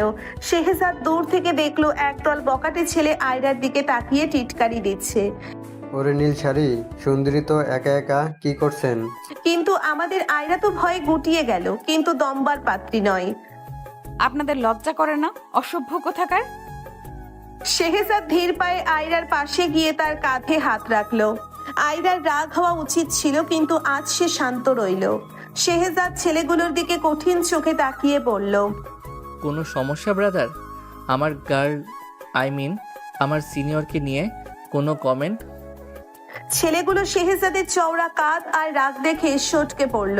আয়রা হাত সরিয়ে দিয়ে বলে, আমাকে বাঁচানোর নাটক করতে হবে না, আমি নিজে সামলাতে পারি। জানি তো আপনি ওয়ান্ডার ওম্যান, কিন্তু একা থাকলে এই ঝগড়াটা আমি কার সাথে করতাম, তাই বাঁচালাম। ট্যুর শেষ হলে সবাই ফিরে আসে। ইউনিভার্সিটি খোলার প্রথম দিন। আর্কিটেকচার ডিপার্টমেন্টে আজ এক নতুন গেস্ট প্রফেসর এসেছেন, আরিয়ান খান। যেমন তার আভিজাত্য, তেমনি তার কথা বলার স্টাইল। পুরো ক্লাসের মেয়েরা তো বটেই, এমনকি আয়রা নিজেও আরিয়ানের স্মার্টনেস দেখে কিছুটা মুগ্ধ। আয়রা পিউকে ফিসফিস করে, দেখ পিউ, একেই বলে ব্যক্তিত্ব। যেমন রুচি তেমনি পণ্ডিত্য। কার সাথে কার তুলনা? শেহজাদের মতো টোটো করে ঘুরে বেড়ানো বেয়াদবদের তো ওনার ধারে কাছেও বসা উচিত না। আরে থাম, তোর তো দেখি এখনই ক্রাশ কি অবস্থা খারাপ। দেখিস শেহজাদ জানে ওকে নিয়ে বাজে কথা বলিস, তবে কিন্তু লঙ্কা ঘান্ট বাঁধাবে। আমি ওর সামনে বলার দমই রাখি। শেহজাদ আর কবির ক্লাসের পেছনের বেঞ্চে বসে আয়রার গদগদ ভাব লক্ষ্য করছিল। আরিয়ান যখন আয়রার ড্রয়িং সিটের কাছে গিয়ে প্রশংসা করলো, শেহজাদের পেন্সিলটা হাতেই ভেঙে গেল। এক্সিলেন্ট তাজারাম, আপনার ডিজাইনে একটা রুচিশীল ছাপ আছে। আপনি চাইলে আমার ফার্মে ইন্টার্নশিপ করতে পারেন। অবশ্যই স্যার, এটা আমার জন্য অনেক বড় পাওয়া। শেহজাদ পেছন থেকে গলা খাকারি দিয়ে ওঠে, স্যার, ইন্টার্নশিপ কি শুধু ডিজাইনের উপর নাকি মিষ্টি হাসির উপর? কারণ এই ডিজাইনটা কিন্তু যৌথ প্রজেক্ট, ক্রেডিট কিন্তু আমারও আছে। নিশ্চয় শেহজাদ, তবে টিম লিডার হিসেবে আয়রার অবদানই বেশি মনে হচ্ছে। ক্লাস শেষে আয়রা আর পিউ করিডোর দিয়ে যাওয়ার সময় আরিয়ান স্যারকে নিয়ে প্রশংসায় পঞ্চমুখ। শেহজাদ পেছন থেকে তাদের পাশ কাটিয়ে যাওয়ার সময় ইচ্ছে করে আয়রার কাঁধে ব্যাগ দিয়ে ধাক্কা দিল। শেহজাদ, তুমি কি কোনোদিন সভ্য হবে না? ধাক্কা দিলে কেন? ধাক্কা লাগেনি তো, ওটা তো ছিল আভিজাত্যের ছোঁয়া। কি যেন বলছিলেন? আরিয়ান স্যার খুব হ্যান্ডসাম, ওনার সাদা চুলগুলো দেখেছেন? ওগুলো তো অভিজ্ঞতার ছাপ না, ওগুলো হলো বার্ধক্যের লক্ষণ। আর আপনি ওই বুড়ো মানুষের উপর ক্রাশ খাচ্ছেন? ছি! হিংসে হচ্ছে তোমার? উনি তোমার চেয়ে 1000 গুণ বেশি বুদ্ধিমান আর সফল। ওনার সাথে তোমার তুলনা করাও পাপ। হিংসে আমার? হা হা, যার নিজের ল্যাপটপের পাসওয়ার্ড আমি জানি, যার অন্ধকার লিফটে হাত পা কাঁপে, তাকে নিয়ে হিংসে করার কিছু নেই। আপনি বরং ওই স্যারের ফ্যান ক্লাবে যোগ দিন, আমি চললাম। আয়রা বেশি কিছু বলল না, কারণ আরিয়ানকে দেখে তার মুড যথেষ্ট ভালো। সে ঠিক করলো সে আরিয়ান স্যারের জন্য একটা স্পেশাল স্কেচ গিফট করবে। সে লাইব্রেরির এক নিভৃত কোণে বসে খুব মন দিয়ে স্কেচটা করছে। শেহজাদ আর কবির তাকে নজরবন্দি করে রেখেছে। দোস্ত, আয়রা আপু তো দেখি সিরিয়াস, স্যারের মুখ আঁকছে, তুই কিছু করবি না? করব মানে? দেখ কি করি। শেহজাদ লাইব্রেরির বই গোছানোর নাম করে আয়রার টেবিলের পাশ দিয়ে গেল এবং আয়রার অজান্তে স্কেচটার উপর একটি লাল কালি মাখানো পেন ছেড়ে দিল। আয়রার সাদা পাতায় আঁকা স্যারের নাকে এক বিশাল লাল দাগ পড়ে গেল। শেহজাদ, এটা তুমি কি করলে? আমি এটা গিফট করতে চেয়েছিলাম। ওরে বাবা, আমি তো ফাইল সরাচ্ছিলাম, কলমটা যে ফাঁস হয়ে যাবে বুঝিনি। তবে স্যারকে তো এখন একদম সার্কাসের জোকার লাগছে। গিফটটা বরং আপনি রাখুন, আপনার স্মৃতি হয়ে থাকবে। তুমি একটা শয়তান। তুমি জানো আমি কতক্ষণ ধরে এটা আঁকছি? আমি আজ তোমাকে ছাড়বো না। আয়রা শেহজাদকে মারার জন্যই বই নিয়ে তাড়া করলো। শেহজাদ লাইব্রেরির সেলফের আড়ালে লুকালো। আয়রা তাকে কোণঠাসা করতে গিয়ে হঠাৎ একটা বইয়ের সেলফ নড়ে উঠল। শেহজাদ এক লাফে আয়রাকে সরিয়ে নিয়ে নিজের পিঠ দিয়ে সেলফটা ঠেকালো। আয়রার খুব কাছে এখন শেহজাদের মুখ। একটু শান্ত হন সিনিয়র ম্যাডাম, রাগ করতে গিয়ে নিজের মাথা ফাটিয়ে ফেলতেন এখন। আয়রা শেহজাদের বুকের উপর হাত রেখে থমকে গেল। ছাড়ো আমায়। তুমি সব সময় এমন কেন করো? কেমন করি? আপনি কেন ওই শারমেয় মার্কা স্যারের পেছনে ঘুরঘুর করেন? আমার সহ্য হয় না। সহ্য হয় না মানে? কেন? তুমি কে আমায়? আয়রা চমকে ওঠে। শেহজাদ হুঁশ ফিরে আসতেই আয়রাকে ছেড়ে দিয়ে বলে, আমি আপনার জম। ঝগড়া করার লোকটা যদি স্যারের কাছে গিয়ে প্রেম প্রেম খেলা করে, তবে আমি ঝগড়া করব কার সাথে?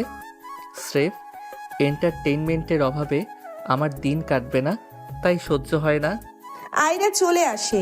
শেহজাদ তাকিয়ে থাকে। রাতে বাড়িতে আয়রার মা আর শেহজাদের বাবা ড্রয়িং রুমে বসে আড্ডা দিচ্ছেন। আয়রা আর শেহজাদ কিচেনে ডিমের ঝোল রান্না করার চেষ্টা করছে খালাজান অসুস্থ বলে। ডিমে এত হলুদ দিচ্ছ কেন? এটা কি সাবান বানাবে নাকি? হলুদ বেশি দিলে অ্যান্টিসেপটিক কাজ করে। আপনার ওই কড়া মেজাজের বিষ কাটাতে হলুদ দরকার। আয়রা এক চামচ মরিচ নিয়ে শেহজাদের সামনে ধরে। বেশি কথা বললে এই মরিচ তোমার চোখে দিয়ে দেব। দিন না, আমি তো জানি আপনি সেটা পারবেন না। ওই যে লিফটে আমার হাত শক্ত করে ধরে বলেছিলেন, শেহজাদ আমাকে বাঁচাও, সেই মায়া তো এখনো চোখে আছে। আয়রা লজ্জায় মরিচের চামচটা নামিয়ে নিয়ে বলে, ওটা পরিস্থিতির চাপে বলেছিলাম, এখন নিজের চরকায় তেল দাও। পরদিন কবির পিউকে নিয়ে একটা নতুন প্ল্যান করলো। সে আয়াকে গিয়ে বলল যে আরিয়ান স্যার তাকে ক্যাফেটেরিয়ার একান্তে ডেকেছেন ইন্টার্নশিপ নিয়ে কথা বলতে। আয়রা তো খুশিতে বাগ। আয়রা, তুই একটু সেজে যা, আজ সুযোগ স্যারকে ইমপ্রেস করার। আয়রা যখন ক্যাফেটেরিয়ায় গিয়ে বসে আছে, সে দেখলো আরিয়ান স্যার নয় বরং শেহজাদ সেখানে বসে পা দোলাচ্ছে। তার হাতে আরিয়ান স্যারের নাম লেখা একটা ভুয়া চিরকুট। তুমি এখানে কি করছো? স্যার কোথায়? স্যার তো এখন ওনার আসল গার্লফ্রেন্ডের সাথে ফোনে কথা বলছেন। আর আপনাকে এই গাধার মতো সাজে এখানে কে আসতে বলল? এই গোলাপি রঙের লিপস্টিকে আপনাকে তো একদম ডাইনি লাগছে। হোয়াট? তুমি আমাকে মিথ্যা বলে এখানে আনলে? শেহজাদ, তোমার অভদ্রতার কোনো সীমা নেই। অভদ্রতা না, এটা হলো সোশ্যাল সার্ভিস। আপনাকে একটা মোহ থেকে বাঁচালাম। এখন চলুন, আমার খিদে পেয়েছে, বিরিয়ানি খাওয়াবেন? ক্যাফে থেকে বেরোনোর পর আবার বৃষ্টি শুরু হলো। শেহজাদ তার জ্যাকেটটা খুলে আয়রার মাথায় ধরলো যাতে সে ভিজে না যায়। নাটক করো না, জ্যাকেট নাও। চুপচাপ থাকুন তো, এমনিতেই আপনার মাথা গরম, তার উপর বৃষ্টি পড়লে ধোয়া বেরোবে। দুজনে এক জ্যাকেটের নিচে পাশাপাশি হাঁটছে। আয়রার হাতটা বারবার শেহজাদের হাতের সাথে লাগছে। আয়রা বারবার হাত সরিয়ে নিচ্ছে, কিন্তু শেহজাদ হুট করে আয়রার হাতটা শক্ত করে ধরলো। রাস্তাটা পিচ্ছিল, পড়ে গেলে আবার আপনার ওই দামি ড্রেস নষ্ট হবে। তার চেয়ে আমার হাত ধরা অনেক সাশ্রয়ী। তুমি আস্ত একটা বেয়াদব শেহজাদ। আর আপনি আজ তো একটা বদমেজাজি। ম্যাচটা কিন্তু জোস। সকালবেলা ইউনিভার্সিটির করিডোরে আয়রাকে দেখে চেনা দেয়। পরনে ফিকে নীল রঙের শাড়ি, চোখে কাজল আর হাতে এক গুচ্ছ নীল অপরাজিতা। সে দাঁড়িয়ে আছে আরিয়ান স্যারের কেবিনের সামনে। শেহজাদ আর কবির দূর থেকে এই দৃশ্য দেখে পিত্তি জ্বালানো হাসি হাসছে। শেহজাদ কবিরের কাঁধে হাত দিয়ে বলে, দেখ কবির, আমাদের সিনিয়র ম্যাডামকে আজ একদম নীলকণ্ঠ পাখি লাগছে। স্যারের জন্য ফুল নিয়ে দাঁড়িয়ে আছেন, যেন আজই ওনার বিয়ে। তুই কি সত্যি জ্বলছিস? তোর মুখ তো তিতা করলার মতো হয়ে গেছে। চলবো কেন? আমি তো বিনোদন নিচ্ছি। দেখ এখন কি করি। শেহজাদ ধীর পায়ে আয়রার পাশ দিয়ে যাওয়ার সময় ইচ্ছে করে একটা বড় হাঁচি দিল। আয়রার হাতের ফুলগুলো কেঁপে উঠল। ওরে বাবা, এত কড়া পারফিউম কেন লাগিয়েছেন আয়রা আপু? স্যার কি আপনার ঘ্রাণ নিতে আসবেন নাকি ডিজাইন দেখতে? আর এই ফুলগুলো তো শুকিয়ে গেছে, একদম আপনার মেজাজের মতো। শেহজাদ, তুমি এখানে কি করছো? যাও নিচের ক্লাসে যাও। আর শোনো, আরিয়ান স্যার রুচিশীল মানুষ, তোমার মতো অসভ্য নন যে অন্যের নামে হাঁচি দেবেন। রুচিশীল? ওই যে স্যার আসছেন, দেখুন আপনার রুচি এখন কিভাবে আপনাকে ইগনোর করে। আয়রার স্যার কেবিনে ঢুকতে গিয়ে আয়রাকে দেখে থামলেন। তিনি জানেন আয়রা তাকে পছন্দ করে, আর এই দুর্বলতার সুযোগ নিয়ে তিনি নিজের সব কাজ করিয়ে নিতে চান। আয়রা, আপনি আমার জন্য ফুল এনেছেন? That's so sweet. By the way, আমার গত সেমিস্টারের গ্রেডিং শিটগুলো একটু বাকি ছিল। আপনি কি আজ লাঞ্চ আওয়ারে সেগুলো কমপ্লিট করে দেবেন? অবশ্যই স্যার, আমি তো আপনার জন্য সব করতে পারি। আয়রা খুশিতে গদগদ হয়ে যায়, মেজাজ মাঝখানে ঢুকে পড়ে। স্যার, আয়রা আপু তো গ্রেডিং খুব ভালো বোঝেন, বিশেষ করে কে কত বেশি তেল দিতে পারে সেই গ্রেডটা উনি খুব ভালো দেন। তবে স্যার, ওনাকে দিয়ে কাজ করাবেন না।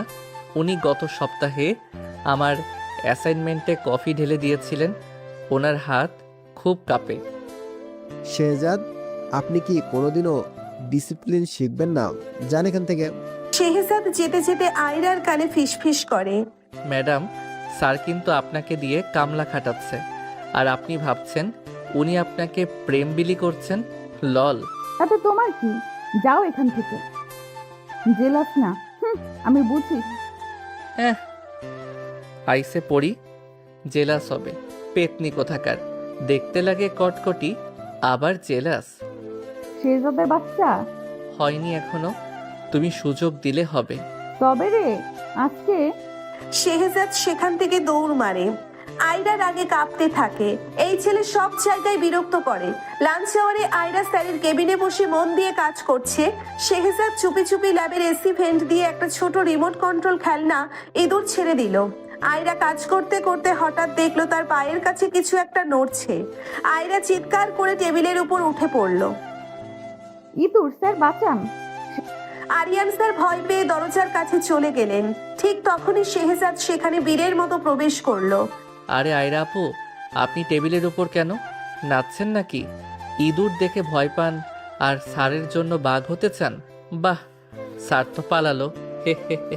শেহজাদ, ওটাকে তাড়াও প্লিজ। তাড়াবো? না না, ওটা তো আমার পোষা। ও আপনার নীল শাড়ির আঁচলটা একটু টেস্ট করতে চাই। আপনি বরং ওখানেই থাকুন, আপনাকে টেবিলের ওপর একদম মূর্তির মতো লাগছে। আমি যাই, কবিরের সাথে বিরিয়ানি খেতে হবে। শেহজাদ, তুমি যেও না, আমি নামতে পারছি না। শেহজাদ একটু দূরে গিয়ে দাঁড়িয়ে সেলফি তুললো। আয়রা চিৎকার করছিল, এই যে আপনার এই হিরোইন লুকটা গ্রুপ চ্যাটে দিচ্ছি, ক্যাপশন দেব প্রফেসরের প্রেমে টেবিল বন্দি সিনিয়র। আয়রা রাগে শেহজাদকে একটা লাথি মেরে চলে গেল। শেহজাদ তো হাসছেই হাসছে, তার মন মতো হচ্ছে যে সব। এখন কেবল আরিয়ানের পার্ট শেষ করা বাকি। বিকেলে আয়রা আরিয়ান স্যারের কাছে তার ডিজাইন নিয়ে গেল, কিন্তু আরিয়ান স্যার তখন অন্য এক সুন্দরী কলিগের সাথে ফোনে হেসে হেসে কথা বলছিলেন। আয়রাকে দেখে তিনি খুব রুক্ষ ব্যবহার করলেন। স্যার, এটা এটা দেখেন। কথা বলছি, দেখছো তো? আরে বেবি, ও কিছু না, একটা স্টুডেন্ট। প্রচুর বিরক্ত করে যখন তখন। হ্যান্ডসাম হলে যা হয়। হোয়াট? আমি আপনাকে বিরক্ত করি? কি বললেন এটা আপনি? আমি তো এসেছিলাম এই আয়রা, এই বাজে ডিজাইন নিয়ে কেন ডিস্টার্ব করছেন? আপনার মতো স্টুডেন্টের জন্য আমার পার্সোনাল সময় নষ্ট করতে পারি না। যান এখান থেকে। আয়রা স্তব্ধ হয়ে গেল, তার চোখে জল টলমলো করছে। সে কখনো ভাবতে পারেনি আরিয়ান এমন ফ্রড বেরোবে আর এত বাজেভাবে তার মন ভাঙবে। সে এতদিন যাকে নিয়ে এত ভেবেছে, যে তাকে এত গুরুত্ব দিয়েছে, সেসব মিথ্যা ভেবে সে দ্রুত লাইব্রেরির এক কোনায় গিয়ে মাথা নিচু করে কাঁদতে শুরু করলো। শেহজাদ এতক্ষণ তাকে খেপানোর জন্য পেছনে ঘুরছিল, কিন্তু আয়রার কান্না দেখে তার বুকটা হঠাৎ মোচড় দিয়ে উঠল। সে তার ফাজলামির মুড সুইচ অফ করে দিল। শেহজাদ ধীর পায়ে আয়রার পাশে বসে। কি হলো? আপনার রুচিশীল সার্কিয়াস তেতো কথা শুনিয়েছেন? আমি তো আগেই বলেছিলাম গাধা কখনো ঘোড়া হয় না। তুমি এখন আমায় নিয়ে হাসাহাসি করতে এসেছো তো? যাও, আমি সত্যিই খুব খারাপ স্টুডেন্ট, তাই না? হাসাহাসি করার মুডে থাকলে তো অনেক আগেই শুরু করতাম। আয়রা, আপনি খারাপ স্টুডেন্ট নন। আপনি শুধু ভুল মানুষকে ইমপ্রেস করার চেষ্টা করছেন। যে আপনার মেধার কদর বোঝে না, সে আপনার চোখের জলের যোগ্য না। আয়রা চোখ মুছে শেহজাদের দিকে তাকালো। তুমি কি আমাকে সান্ত্বনা দিচ্ছ? তুমি তো আমাকে ঘৃণা করো। শেহজাদের আবার সেই বাঁকা হাসাহাসি দিয়ে বলে, ঘৃণা করার জন্য সময় দরকার। আমি তো শুধু আপনাকে জ্বালানোর জন্য বেঁচে আছি। এখন চলুন ওই স্যারের নামে বদনাম করি, মন ভালো হয়ে যাবে। রাতে বাড়িতে আয়রা আরিয়ান স্যারের ছবিটা ডাস্টবিনে ফেলে দিয়েছে। সে কিচেনে গিয়ে আলু কাটছিল রাগের মাথায়। শেহজাদ পেছন থেকে এসে ধপ করে একটা বরফের টুকরো আয়রার ঘাড়ের ভেতর থেকে ফেলে দিল। শেহজাদ, তুমি কি কোনোদিন মরবে না? কি করলে এটা? মন ভালো হয়ে যাবে। আপনার মাথাটা গরম তো, তাই একটু কুলিং সিস্টেম অন করলাম। কি ব্যাপার, স্যারের ছবি বিসর্জন দিয়েছেন? এবার কি আমার ছবি লাগাবেন দেয়ালে? তোমার ছবি লাগাবো টয়লেটে, বেয়াদব ছেলে। টয়লেটে হলেও তো অন্তত বারবার দেখবেন, সেটাই আমার সার্থকতা। আচ্ছা শুনুন, কাল কিন্তু ইউনিভার্সিটি ছুটির পর আমরা একটা বিশেষ জায়গায় যাব। না করবেন না? আর তখন দুটো। আয়রা বারান্দায় দাঁড়িয়েছিল। শেহজাদ পাশের রুম থেকে বেরিয়ে আসলো। আয়রার মনটা এখনো ভারাক্রান্ত। এখনো ওনার কথা ভাবছেন? না, ভাবছি আমি কতটা গাধা ছিলাম। তুমি ঠিকই বলতে শেহজাদ। শেহজাদ আয়রার খুব কাছে এসে রেলিংয়ে ভর দিয়ে দাঁড়ালো। আয়রার গায়ের নীল অপরাজিতার গন্ধটা তাকে মাতাল করছে। গাধা হওয়া ভালো, তাতে মানুষকে চেনা সহজ হয়। কিন্তু আয়রা, আপনি যখন ওইভাবে স্যারের দিকে তাকিয়ে থাকেন, তখন আমার ঝগড়া করার মোড থাকে না। কেন, তোমার কি সমস্যা? শেহজাদ আয়রার দিকে গভীর চোখে তাকিয়ে বলে, সমস্যা হলো আপনি ঝগড়া না করলে আমার ইউনিভার্সিটি যাওয়াটা বৃথা মনে হয়। এখন যান, ঘুমিয়ে পড়ুন। কাল কিন্তু আপনাকে আবার আমাকে গালি দিতে হবে। শেহজাদ আয়রার কপালে আসা একটি চুল সরিয়ে দিল। আয়রার মনে হলো শেহজাদের এই ফাজলামের আড়ালে অন্য কিছু লুকিয়ে আছে, কিন্তু পরক্ষণেই শেহজাদ বলে উঠল, আর হ্যাঁ, কাল নীল শাড়ি পরবেন না, আপনাকে একদম বেগুনি বিড়ালের মতো লাগে। শেহজাদ, বেরিয়ে যাও আমার চোখের সামনে থেকে। সকালবেলা ইউনিভার্সিটির ক্যাম্পাসে এক অদ্ভুত দৃশ্য দেখা গেল। আরিয়ান স্যার নিজের গাড়ি থেকে নামতেই আয়রা তার হাতের একগাদা নোটস নিয়ে দৌড় গেল। সে আজ হলুদ একটা সালোয়ার কামিজ পরেছে, কানে ঝুমকো। শেহজাদ লবিতে দাঁড়িয়েছিলেন নিজের বাইকের চাবি নিয়ে, আঙ্গুল চালাচ্ছিল, কিন্তু তার দৃষ্টি স্থির হয়ে আসে আয়রার ওপর। হলুদ পড়েছে কেন? ওনাকে কি আজ বসন্তের কোকিল সাজার শখ হয়েছে? আর ওই বুড়ো স্যারের জন্য নোটস নিয়ে দৌড়ানোর কি আছে? নিজের প্রজেক্টের সময় তো আলসেমির জাহাজ। আরে বাস কবির, এই মেয়ে তো কালই ধোকা খেলো, কাঁদলো। আমার সামনে স্যারের ছবি ছিল, এত তাড়াতাড়ি ভুলে গেল সেসব। আজ আবার। আরে মেয়েদের মন রে ভাই, এরা কখন যে কি চায় স্বয়ং আল্লাহ জানে না। না না, তাই বলে যে লোকটা কালই এমন করলো, আজ তাকে আবার সে ইমপ্রেস করতে যাবে? Unbelievable, just unbelievable. এই মেয়ে, একে তো আমি। শেহজাদ সামনে এগোতে যায়। সে রাগে কাঁপছিল। কবির পেছন থেকে ধাক্কা দিয়ে বলে, কিরে শেহজাদ, দাঁত দিয়ে নিজের ঠোঁট ছিঁড়ে ফেলবি নাকি? এত হিংসে কেন? হিংসে আমার? কবির, তোর চশমার পাওয়ার বদলে নে। আমি তো ভাবছি মেয়েটার কমন সেন্স এত কম কেন। ওই স্যার তো ওনাকে দিয়ে ল্যাব ক্লিন করাবে, আর উনি ভাবছেন উনি রাজকুমারী। কাল ধোকা খেয়েও এর হয়নি। ল্যাবে কাজ চলছে। আয়রা বারবার আয়নায় নিজের চেহারা দেখছে আর আরিয়ান স্যারের নাম চোখছে। স্যার যখন বললেন যে হলুদ রংটা আমায় মানায়, তখন আমার মনে হচ্ছিল আমি আকাশে উঠছি। কি সুন্দর ওনার কণ্ঠস্বর, তাই না? শেহজাদ পাশের টেবিল থেকে গলায় রক ফুলিয়ে বলে, হ্যাঁ, খুব সুন্দর, ঠিক যেন করাত দিয়ে কাঠ কাটার শব্দ। আরিয়ানা, আরিয়ানা, সারাদিন কি আর কোনো নাম নেই মুখে? সিনিয়র ম্যাডাম, আপনার মাথায় কি মগজের বদলে আরিয়ান স্যারের কোটের ধুলো ঢুকেছে? শেহজাদ, তুমি আমার পার্সোনাল বিষয়ে নাক গলাবে না। তোমার জ্বলছে কেন? আরিয়ান স্যার শিক্ষিত, রুচিশীল, তোমার মতো অসভ্য তো নন। হ্যাঁ, আমার তো জ্বলবেই। ল্যাবে কাজ করতে আসছি নাকি আপনার প্রেমের কাহিনী শুনতে আসছি?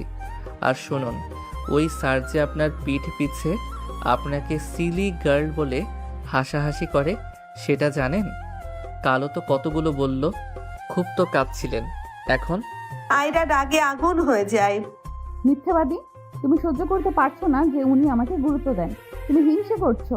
শেহজাদ আয়রার খুব কাছে এসে চোখে চোখ রেখে বলে, হিংসে কেন করব? আপনি কে আমার? আমার তো স্রেফ আপনার নির্বুদ্ধিতা দেখে হাসি পাচ্ছে, এক বিন্দুও হিংসে হচ্ছে না আমার।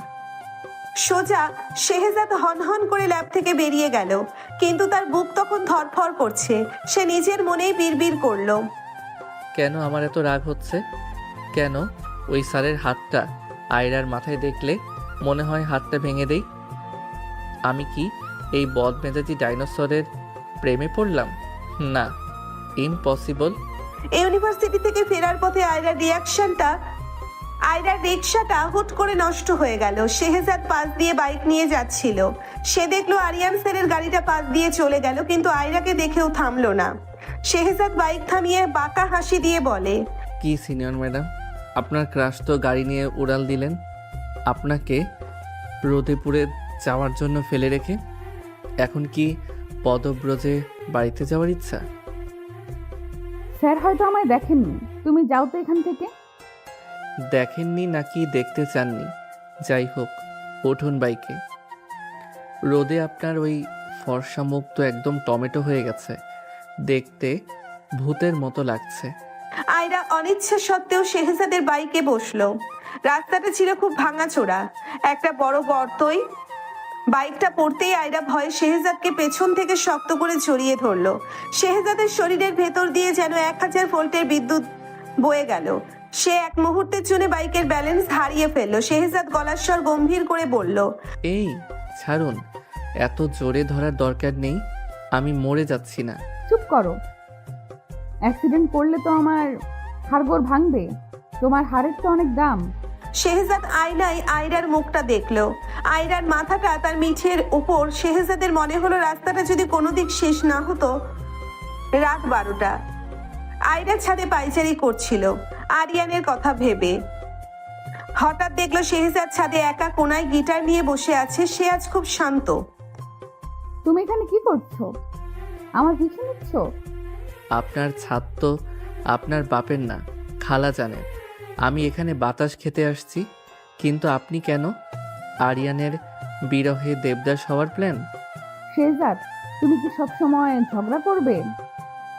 আজ আরিয়ান স্যার অন্য একটা মেয়ের সাথে খুব হাসছিল। আমার খুব খারাপ লাগছে। শেহজাদ গিটারটা রেখে উঠে দাঁড়ায়। সে আয়রার খুব কাছে এসে রেলিংয়ের ওপর হাত রাখলো। খারাপ তো লাগবেই। মরিচিকার পেছনে ছুটলে তৃষ্ণা বাড়ে, পানি পাওয়া যায় না। আপনি এত বোকা কেন আয়রা? আপনার সামনে যে দাঁড়িয়ে আছে তার দাম আপনি বোঝেন না, আর যে আপনাকে দেখেও দেখে না তার জন্য কাঁদছেন। কার কথা বলছো? তুমি কি নিজের কথা বলছো? শেহজাদ এক মুহূর্তের জন্য থমকে গেল, তারপর আবার সেই খেপানোর সুরে বলল, নিজের কথা কেন বলবো? আমি বলছিলাম কবিরের কথা। বেচারা আপনাকে পিৎজা খাওয়াতে চায়, আর আপনি প্রফেসরের জন্য চোখের জল ফেলছেন। হ্যাঁ, অসভ্য। আমি ভাবলাম তুমি সিরিয়াস কিছু বলছো। সিরিয়াস তো আমি আপনার ঝুমকোটা দিয়ে, ওটা কিন্তু খুলে আপনার শাড়িতে আটকে গেছে।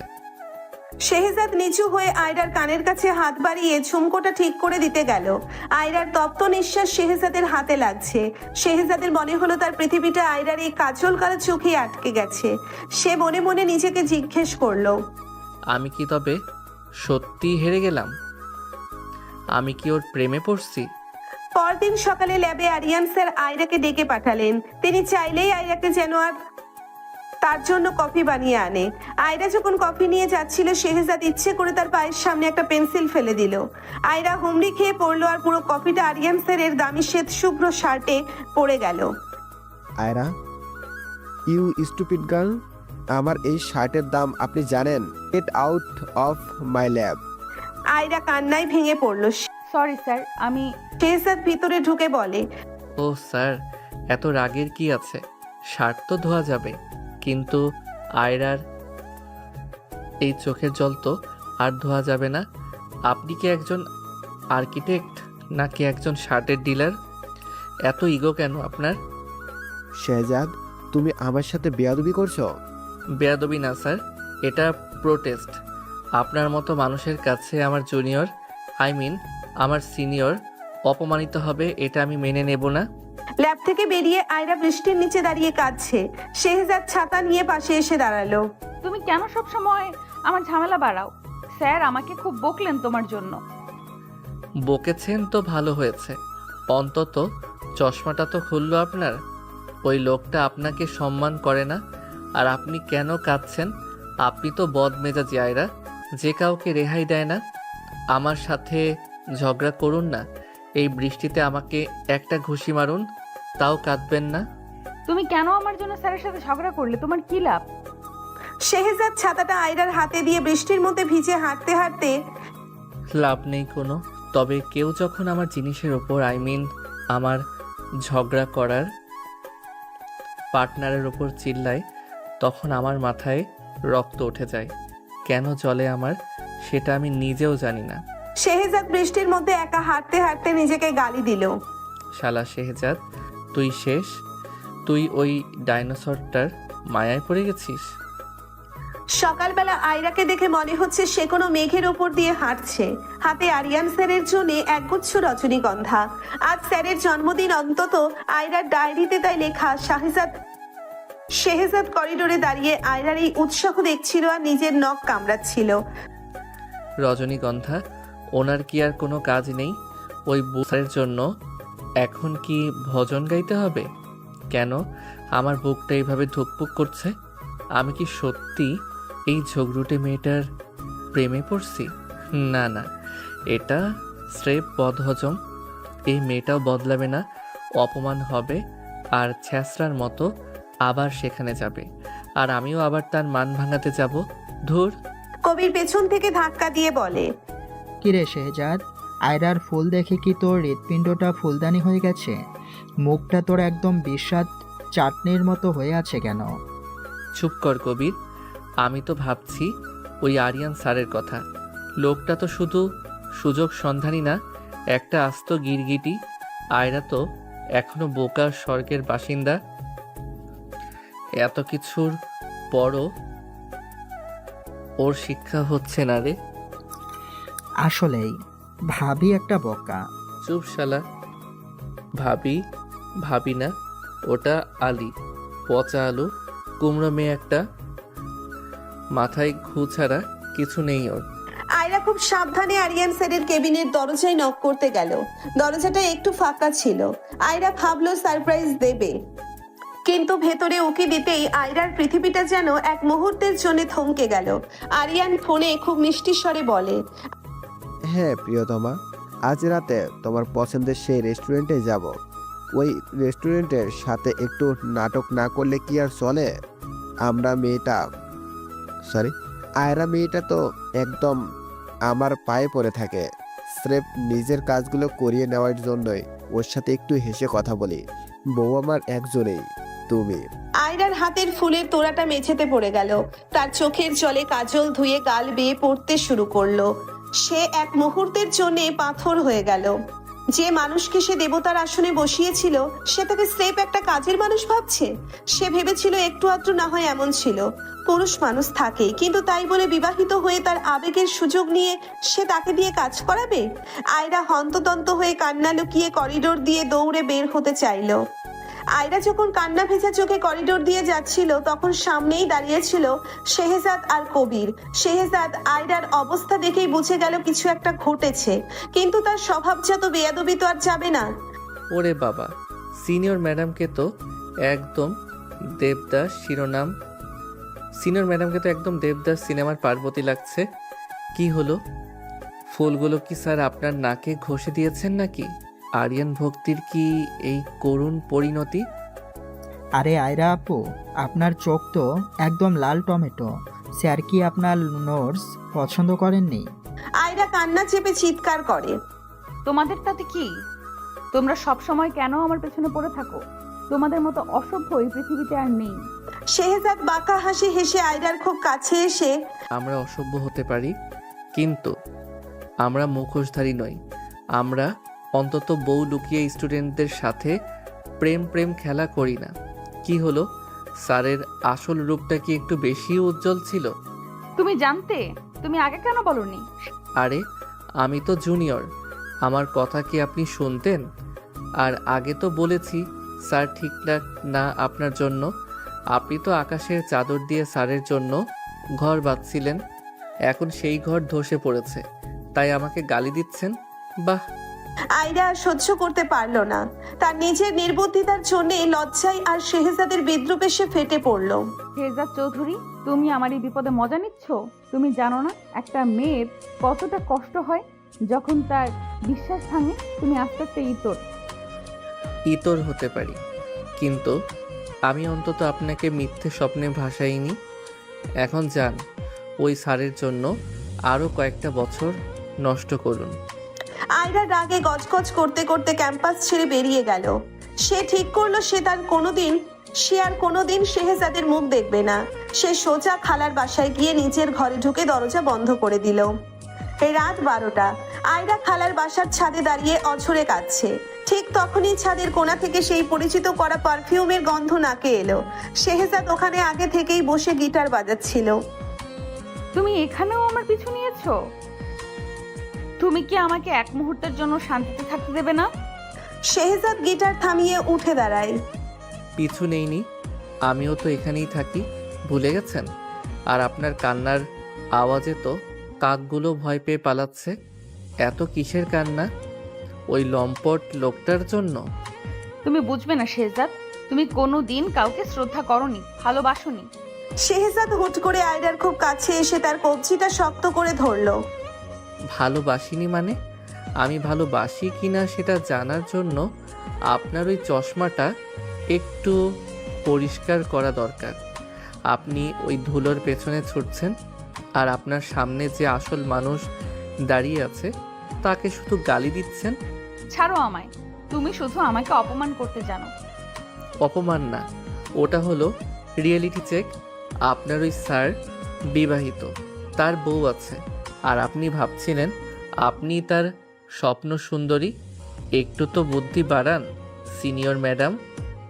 আয়রা রেগে শেহজাদকে ধাক্কা দিতে গেল, কিন্তু পিচ্ছিল মেঝেতে তার পা ফসকে গেল। শেহজাদ এক ঝটকায় আয়রার কোমর জড়িয়ে ধরে তাকে পাঁজা কোলা করে ধরলো। আয়রার চোখের জল শেহজাদের পাঞ্জাবিতে গিয়ে পড়লো। চাঁদের আলোয় আয়রার মুখটা আজ বড্ড মায়াবী লাগছে। শেহজাদ নিচু স্বরে একদম কানের কাছে এসে বলে, কাদা ছোড়াছুড়ি অনেক হয়েছে, এখন শান্ত হন। আপনি না থাকলে আমার সাথে ঝগড়া করবে কে? আয়রা শেহজাদের চোখে চোখ রেখে বলে, তুমি কেন আমার জন্য এতটা করো শেহজাদ? কেন সব সময় আমার চারপাশে ঘুরে বেড়াও, কষ্টে সান্ত্বনা দাও, বিপদে পাশে দাঁড়াও কেন? শেহজাদের হঠাৎ হুঁশ ফিরতেই আয়রাকে ছেড়ে দিয়ে বলে, আরে আমি করি, কারণ আমি আপনার হার মানা মুখটা দেখতে ভালোবাসি। আপনি যখন স্যারের জন্য কাঁদেন তখন আমার বোরিং লাগে। স্রেফ এন্টারটেনমেন্টের জন্য করি, অন্য কিছু ভাববেন না। শেহজাদ হনহন করে ছাদ থেকে নেমে গেল।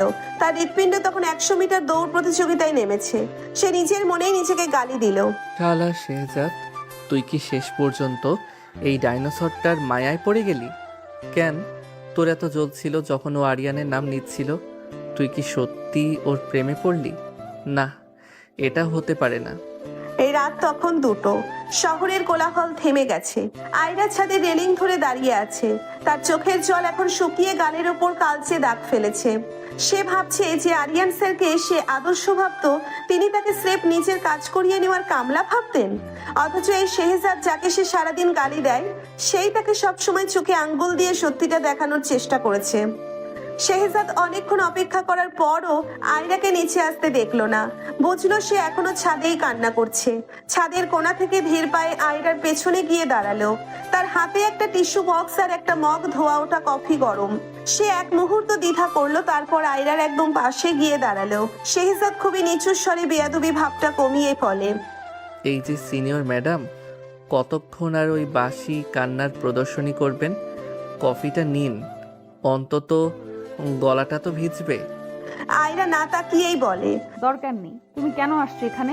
আমাকে উপহাস করতে? শেহজাদ একটু দীর্ঘশ্বাস ফেলে আয়রার খুব কাছে এলো। উপহাস করার মুড থাকলে তো আপনার এই পাণ্ডুটে মুখটার ছবি তুলে গ্রুপ চ্যাটে দিতাম। আয়রা, আরিয়ানের মতো মানুষের জন্য এক ফোঁটা চোখের জল ফেলবেন না, ওটা স্রেফ অপচয়। আয়রা ঝাপসা চোখে শেহজাদের দিকে তাকালো। শেহজাদের চোখে আজ এক অদ্ভুত মায়া, যা আয়রা আগে কোনোদিন লক্ষ্য করেনি। হঠাৎ এক দমকা হাওয়ায় আয়রার ওড়নাটা উড়ে গিয়ে শেহজাদের মুখে আছড়ে পড়লো। শেহজাদ ওড়নাটা সরাতে গিয়ে আয়রার খুব কাছে চলে এলো। তাদের মধ্যে দূরত্ব এখন মাত্র কয়েক ইঞ্চির। শেহজাদ আয়রার চোখের দিকে তাকিয়ে বলে, আপনার কাজল ধুয়ে ভূত লাগছে আপনাকে, কিন্তু কেন জানি এই ভূতের চেহারাটাও আমার খুব চেনা লাগছে। শেহজাদ অনিচ্ছাকৃত ভাবেই তার হাতটা বাড়ালো আয়রার গাল থেকে সেই কাজল মুছিয়ে দেওয়ার জন্য। আয়রার তপ্ত নিঃশ্বাস শেহজাদের হাতের তালুতে লাগতে শেহজাদের পুরো শরীর যেন বিদ্যুৎ পৃষ্ঠ হলো। আয়রাও আজ আর সরে গেল না। সে দেখলো শেহজাদের এই বেয়াদবি আর ঝগড়ার আড়ালে একটা পাহাড়ের মতো ভরসা লুকানো আছে। সব সময় আমার হয়ে আরিয়ান স্যারের সাথে ঝগড়া করো কেন শেহজাদ? কেন আমার বিপদে তুমি সবার আগে ছুটে আসো? শেহজাদ নিজের আবেগ লুকাতে আবার সেই পুরনো মেজাজে ফেরার চেষ্টা করলো। কেন করি? কারণ আমি থাকতে আপনাকে অন্য কেউ কষ্ট দেবে, এটা আমার ইগোতে লাগে। ঝগড়া করার প্যাটার্ন তো শুধু আমার, বুঝলেন? শুধু আমি ঝগড়া করব, হি হি হি। শেহজাদ ছাদ থেকে নেমে যাওয়ার পর আয়রা অনেকক্ষণ চুপ করে দাঁড়িয়ে রইল। সে নিজের অজান্তেই শেহজাদের রেখে যাওয়া কফির মগটা হাতে নিল। কফির উষ্ণতা যেন তার জমে যাওয়া হৃদয়ে একটু একটু করে আলো দিচ্ছে। শেহজাদ কি সত্যি আমাকে পছন্দ করে? তাহলে ও কেন ওই দিন ল্যাবে আমার জন্য লড়লো? না হলে কেন ও ওই দিন ল্যাবে আমার জন্য লড়লো? কেন ওই আরিয়ান স্যারের বউয়ের কথা ওই খুঁজে বের করলো? ও সারাক্ষণ আমায় জ্বালায় ঠিকই, কিন্তু বিপদে পড়লে ওই মানুষটাই ছাতার মতো আগলে ধরে। কি তবে এই বেয়াদবের প্রতি দুর্বল হয়ে পড়ছি? পরদিন সকালে ইউনিভার্সিটিতে এক উত্তেজনাকর পরিবেশ। আরিয়ান স্যার ক্লাসে ঢুকেই আয়রাকে লক্ষ্য করে কটূক্তি করতে শুরু করলেন।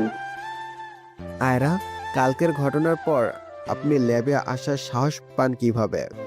আপনার মতো স্টুডেন্টের জন্য আমার রেপুটেশন নষ্ট হচ্ছে। আমি ঠিক করেছি আপনার প্রজেক্ট আমি রিজেক্ট করে দেব। ক্লাসের সবাই স্তব্ধ। আয়রা মাথা নিচু করে দাঁড়িয়ে আছে। ঠিক তখনই শেহজাদ ধীর পায়ে ক্লাসের মাঝখানে এলো। তার হাতে আরিয়ান স্যার নেই, বউয়ের সাথে করা চ্যাটের প্রিন্ট আউট আর কিছু কল রেকর্ড। স্যার, রেপুটেশনের কথা বলছেন? আপনার রেপুটেশন তো অলরেডি ড্রেনে। এই দেখুন, আপনার প্রিয়তমার সাথে আপনার সেই রোমান্টিক আলাপ।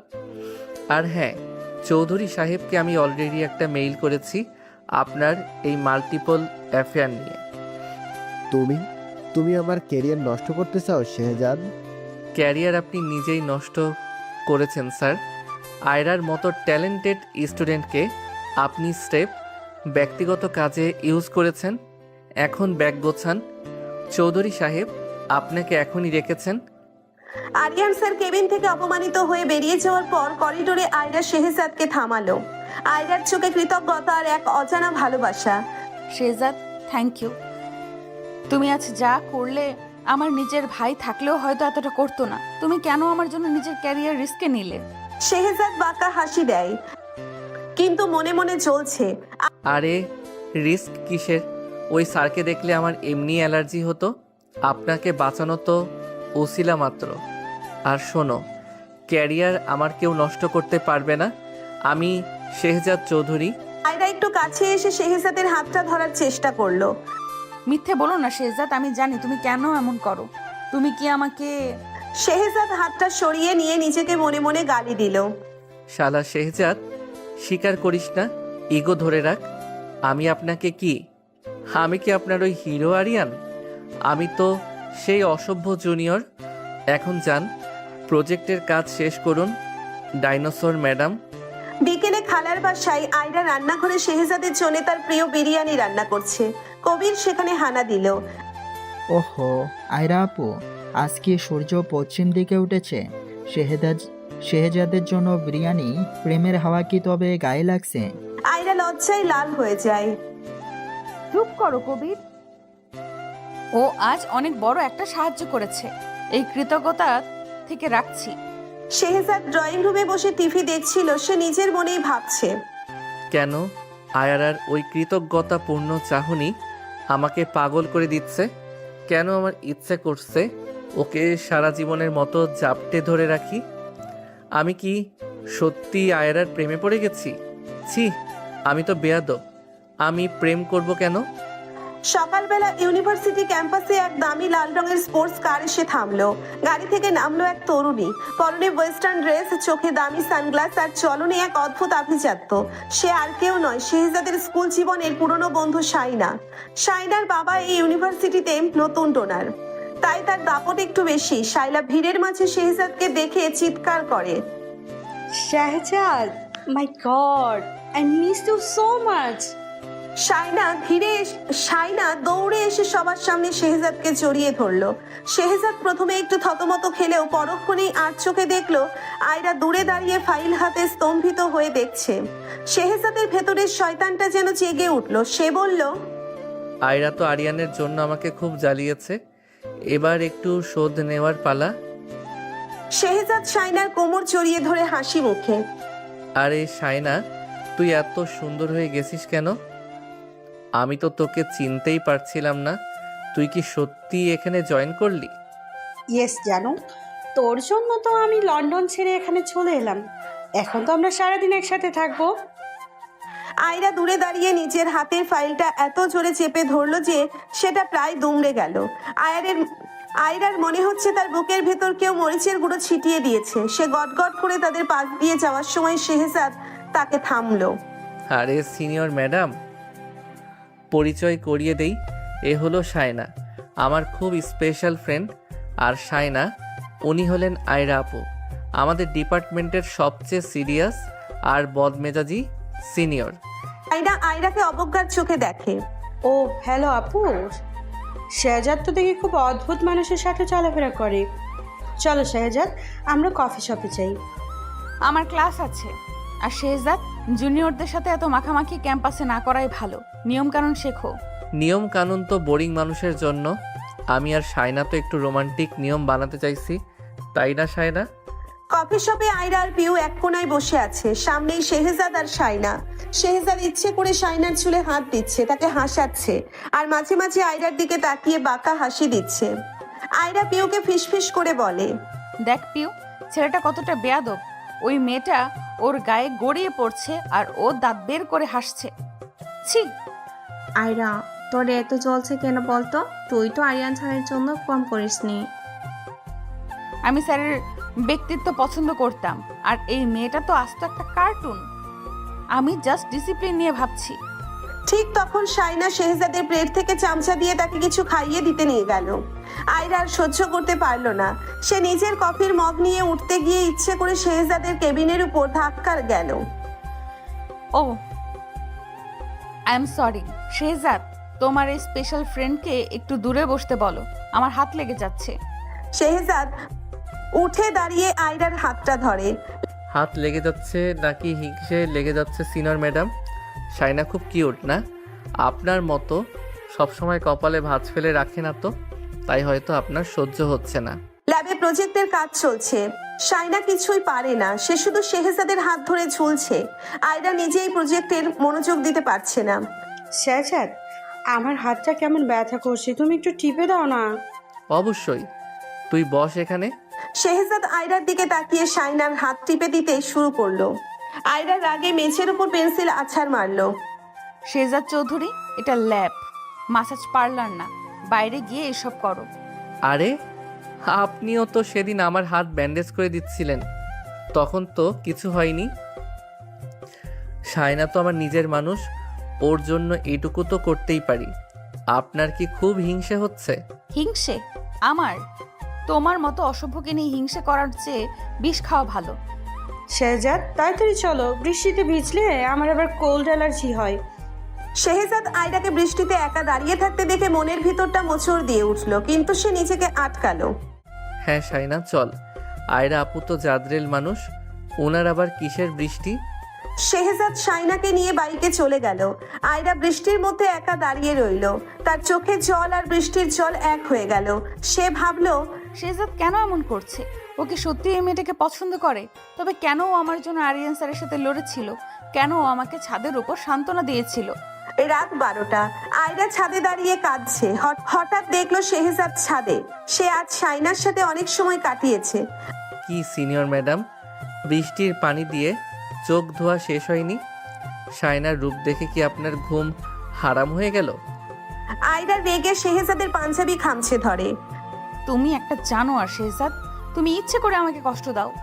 তুমি ওই মেয়েটার সাথে যা করছো তা কি ঠিক? তুমি কি সত্যিই আমাকে ঘৃণা করো?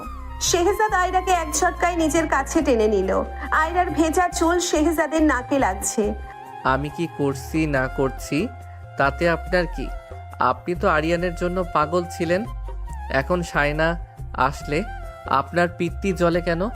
বলুন, কেন জ্বলছে আপনার? জানি না, আমি শুধু জানি তুমি যখন অন্য কারোর সাথে হাসো আমার মনে হয় আমি সব জ্বালিয়ে দেই। শেহজাদ মনে মনে বলে। তার মানে তুইও শেষ আয়রা, তুইও আমার মায়ায় পড়ে গেছিস? শেহজাদ তখন হাসলো। এটাকে হিংসে বলে ম্যাডাম। এখন যান, ঘুমিয়ে পড়ুন, কাল কিন্তু শায়নার সাথে আমার ডেট আছে। ইউনিভার্সিটি ক্যাম্পাসের ক্যাফেটেরিয়ায় আজ উৎসবের আমেজ। শাইনা দামি গিফট বক্স হাতে শেহজাদের পাশে বসে আছে। সে সবার সামনে শেহজাদকে চামচ দিয়ে কেক খাইয়ে দিচ্ছে। শেহজাদ আর চোখে দেখছে আয়রা পাশের টেবিলে বসে কড়া লিকারের চা খাচ্ছে, আর কাপটা এমন ভাবে ধরেছে যেন সেটা ভেঙে ফেলবে। শেহজাদ শায়রার হাত ধরে একটু চড়ে যাতে আয়রা শোনে। শায়না, কেকটা তো দারুণ, ঠিক তোর মতো মিষ্টি। ভাবছি আজ বিকেলে তোকে নিয়ে লং ড্রাইভে যাব। সত্যি জানো, আই এম সো হ্যাপি। তুমি আমার কত ভালো বন্ধু। আয়রা ধরাস করে টেবিল থেকে উঠে দাঁড়িয়ে বলে, কবির, এই ক্যাফেটেরিয়ায় কি হাইজিন মেনটেন করা হয় না? আঠালো জিনিসের গন্ধে আমার বমি আসছে। কিছু মানুষের লজ্জা শরম তো ডাস্টবিনে গেছে দেখছি। বমি আসছে নাকি হিংসে হচ্ছে সিনিয়র ম্যাডাম? শায়নার সাথে আমার বন্ডিং দেখে আপনার পিত্তি জ্বলে যাচ্ছে, তাই না? হিংসে? তোমার মতো অসভ্য আর কার্টুন মেয়েটাকে দেখে আমার হিংসা হবে? শোনো শেহজাদ চৌধুরী, তুমি যার সাথে ইচ্ছে জাহান্নামে যাও, আমার কিছু যায় আসে না। রাতে বাড়িতে ফিরে আয়রা আর স্থির থাকতে পারল না। শেহজাদের শাইনার সাথে মাখামাখি তার কলিজায় বিঁধছে। সে ঠিক করলো শেহজাদকে সে দেখিয়ে দেবে। সেও কারোর জন্য অপেক্ষা করে বসে নেই। সে সোজা তার বাবার রুমে দিয়ে গেল। বাবা, আমি একটা সিদ্ধান্ত নিয়েছি, আমি বিয়ে করতে চাই। তুমি আমার জন্য ভালো ছেলে দেখা শুরু করো, যত দ্রুত সম্ভব। এই বাড়ি থেকে আমি সেটেল হতে চাই।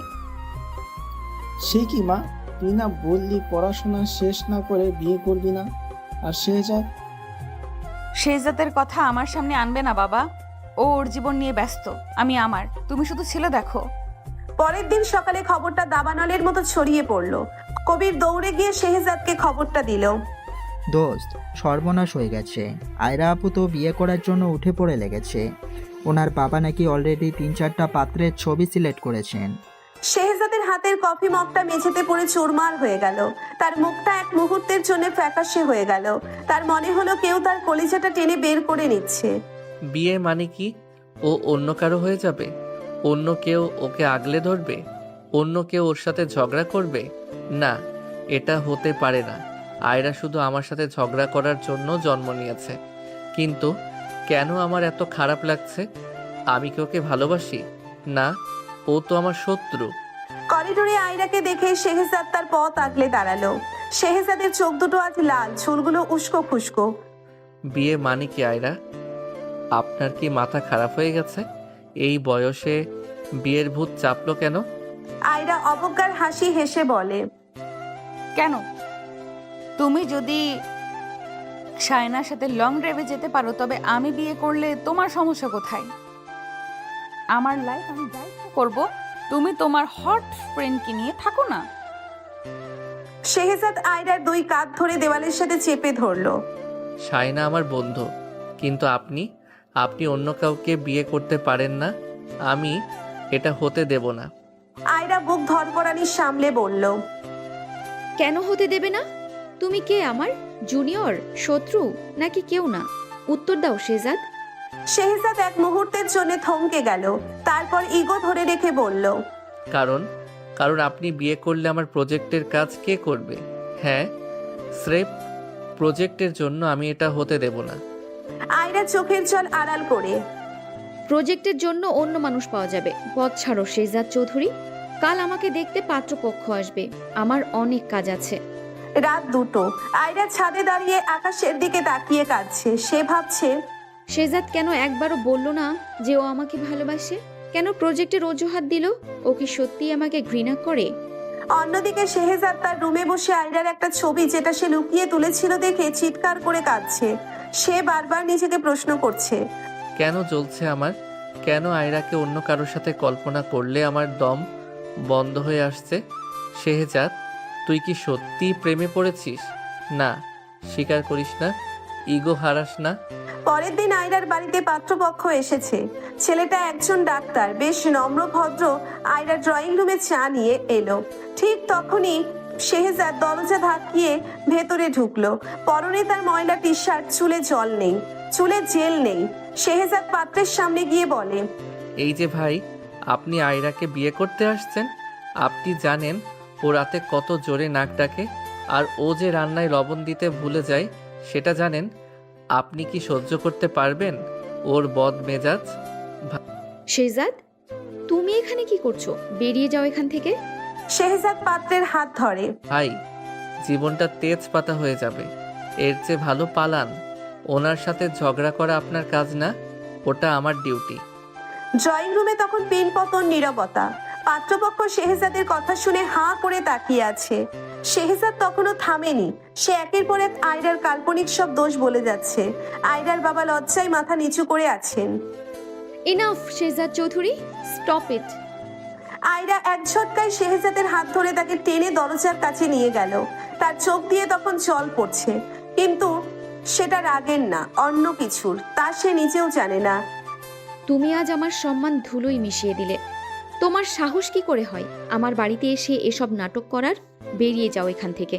আজ থেকে তোমার সাথে আমার কোনো সম্পর্ক নেই, যাও। সম্পর্ক তো শুরুই হতে দিলেন না সিনিয়র ম্যাডাম। শেষ করবেন কি? যান, বিয়ে করুন ওই ডাক্তারকে, সুখী হন। শেহজাদ গটগট করে বেরিয়ে গেল। পাত্রপক্ষ ততক্ষণে তড়িঘড়ি করে বিদায় নিয়েছে। ড্রয়িং রুম ফাঁকা হতেই আয়রা মেঝের ওপর বসে পড়ল। তার মনের ভেতরটা হাহাকার করে উঠল। সে নিজেকেই প্রশ্ন করল, আমি কেন ডাক্তার চলে যাওয়াতে খুশি হচ্ছি? কেন শেহজাদকে বের করে দিয়ে আমার নিজেরই দম বন্ধ হয়ে আসছে? তবে কি আমি এই অসভ্য ছেলেটাকে ভালোবেসে ফেলেছি? রাত 11টা। শহরের এক কোনায় ব্রিজের নিচে একটা পুরনো ঘাট আছে, যেখানে শেহজাদ মন খারাপ হলে একা বসে থাকে। আজ সে সেখানে বসে নদীর দিকে তাকিয়ে আছে, তার চোখে জল। আমি আজ কেন ওইসব করলাম? কেন আয়ারার বিয়ে ভেঙে দিলাম? ও কি সত্যি আমাকে ঘৃণা করে? আমি কি সত্যি ওকে ছাড়া থাকতে পারবো না? কেন ওর ওই বদমেজাজি মুখটা মনে পড়লে আমার বুকটা ফেটে যাচ্ছে। হ্যাঁ শেহজাদ, তুই হেরে গেছিস। তুই ওই ডাইনোসরটার প্রেমে হাবুডুবু খাচ্ছিস। আয়রা জানে শেহজাদ কোথায় যেতে পারে। সে রিক্সা নিয়ে সেই ঘাটের কাছে পৌঁছলো। অন্ধকারে দেখলো শেহজাদ একা বসে আছে। তার চওড়া পিঠটা আজ বড্ড অসহায় লাগছে। আয়রা ধীর পায়ে গিয়ে তার পেছনে দাঁড়ালো। এখনও কি বেয়াদবি করার এনার্জি বাকি আছে? শেহজাদ চমকে উঠে দাঁড়ালো, কিন্তু না তাকিয়েই বলল, এখানে কেন আসছেন? ডাক্তার সাহেব কি আপনাকেও রিজেক্ট করেছেন? আয়রা শেহজাদের সামনে এসে দাঁড়ালো, তার দুহাত নিজের হাতে নিল। শেহজাদ, তাকাও আমার দিকে। কেন করলে এসব? কেন আমার বিয়ে ভাঙলে? সত্যি করে বলো। শেহজাদ দৃষ্টি সরিয়ে বলল, বললাম তো, প্রজেক্টের জন্য। মিথ্যে বলো না। আমি জানি তুমি আমাকে ভালোবাসো, যেমনটা আমি তোমাকে বাসি। হ্যাঁ শেহজাদ চৌধুরী, আমি এই বদ মেজাজি আয়রা স্বীকার করছি। আমি তোমাকে ভালোবাসি। আমি তোমার সাথে সারা জীবন ঝগড়া করে কাটাতে চাই। তুমি কি আমাকে তোমার ঝগড়া করার পার্টনার হিসেবে সারা জীবনের জন্য নেবে? শেহজাদ এবার আয়রার দিকে তাকালো। তার চোখে এখন আনন্দের অশ্রু। সে আয়াকে এক ঝটকায় জড়িয়ে ধরলো। আয়রার মাথা তার বুকের উপর। আপনি আস্ত একটা ডাইনি। এত দেরিতে বুঝলেন? আমি তো সেই কবে থেকে আপনার প্রেমে পাগল হয়ে আপনার পেছনে ছায়ার মতো ঘুরছি। সারাক্ষণ জপেছি আপনার নাম। হ্যাঁ আয়রা, আমি তোমাকে ভালোবাসি। খবরদার আর কোনোদিন বিয়ের নাম মুখে আনবে না। আগে বলো, শাইনার সাথে কেন ওসব করছিলে? ওটা তো স্রেফ আপনার জ্বলুনি দেখার জন্য। হিংসে আপনার মুখটা যখন লাল হতো তখন আপনাকে অনেক বেশি কিউট লাগতো। ঠিক তখনই অন্ধকার ঝোপঝাড়ের আড়াল থেকে হাততালি আর হাসির আওয়াজ শোনা গেল। আয়রার বাবা মা, খালাজান, এমনকি কবির আর পিও সেখানে হাজির। ওহো, রোমিও জুলিয়েট তো ধরা পড়ে গেল। আমরা তো সব ভিডিও করেছি। আয়রা মা, আমি জানতাম তোরা দুজনে একজন আরেকজনকে ছাড়া থাকতেই পারবি না। ওই পাত্রপক্ষ তো আমরাই সাজানো নাটক ছিল, যাতে তোদের মনের কথা বের হয়ে আসে। শেহজাদ আয়রার কপালে আলতো করে একটা চুমু খেলো। আয়রা লজ্জায় শেহজাদের পাঞ্জাবি খামচে ধরলো। বিয়ে হলেও কিন্তু আমি ঝগড়া থামাবো না শেহজাদ। ঝগড়া না থাকলে প্রেম জমবে কি করে? রেডি থেকো মিস্টার শেহজাদের মিসেস বদমেজাজি হওয়ার জন্য। এভাবেই শহরের দুই মেরুর দুই মানুষের লড়াই আর ভালোবাসার এক রঙিন গল্প শেষ হলো। যেখানে ঝগড়া ছিল শুরু আর ভালোবাসা হলো শেষ গন্তব্য।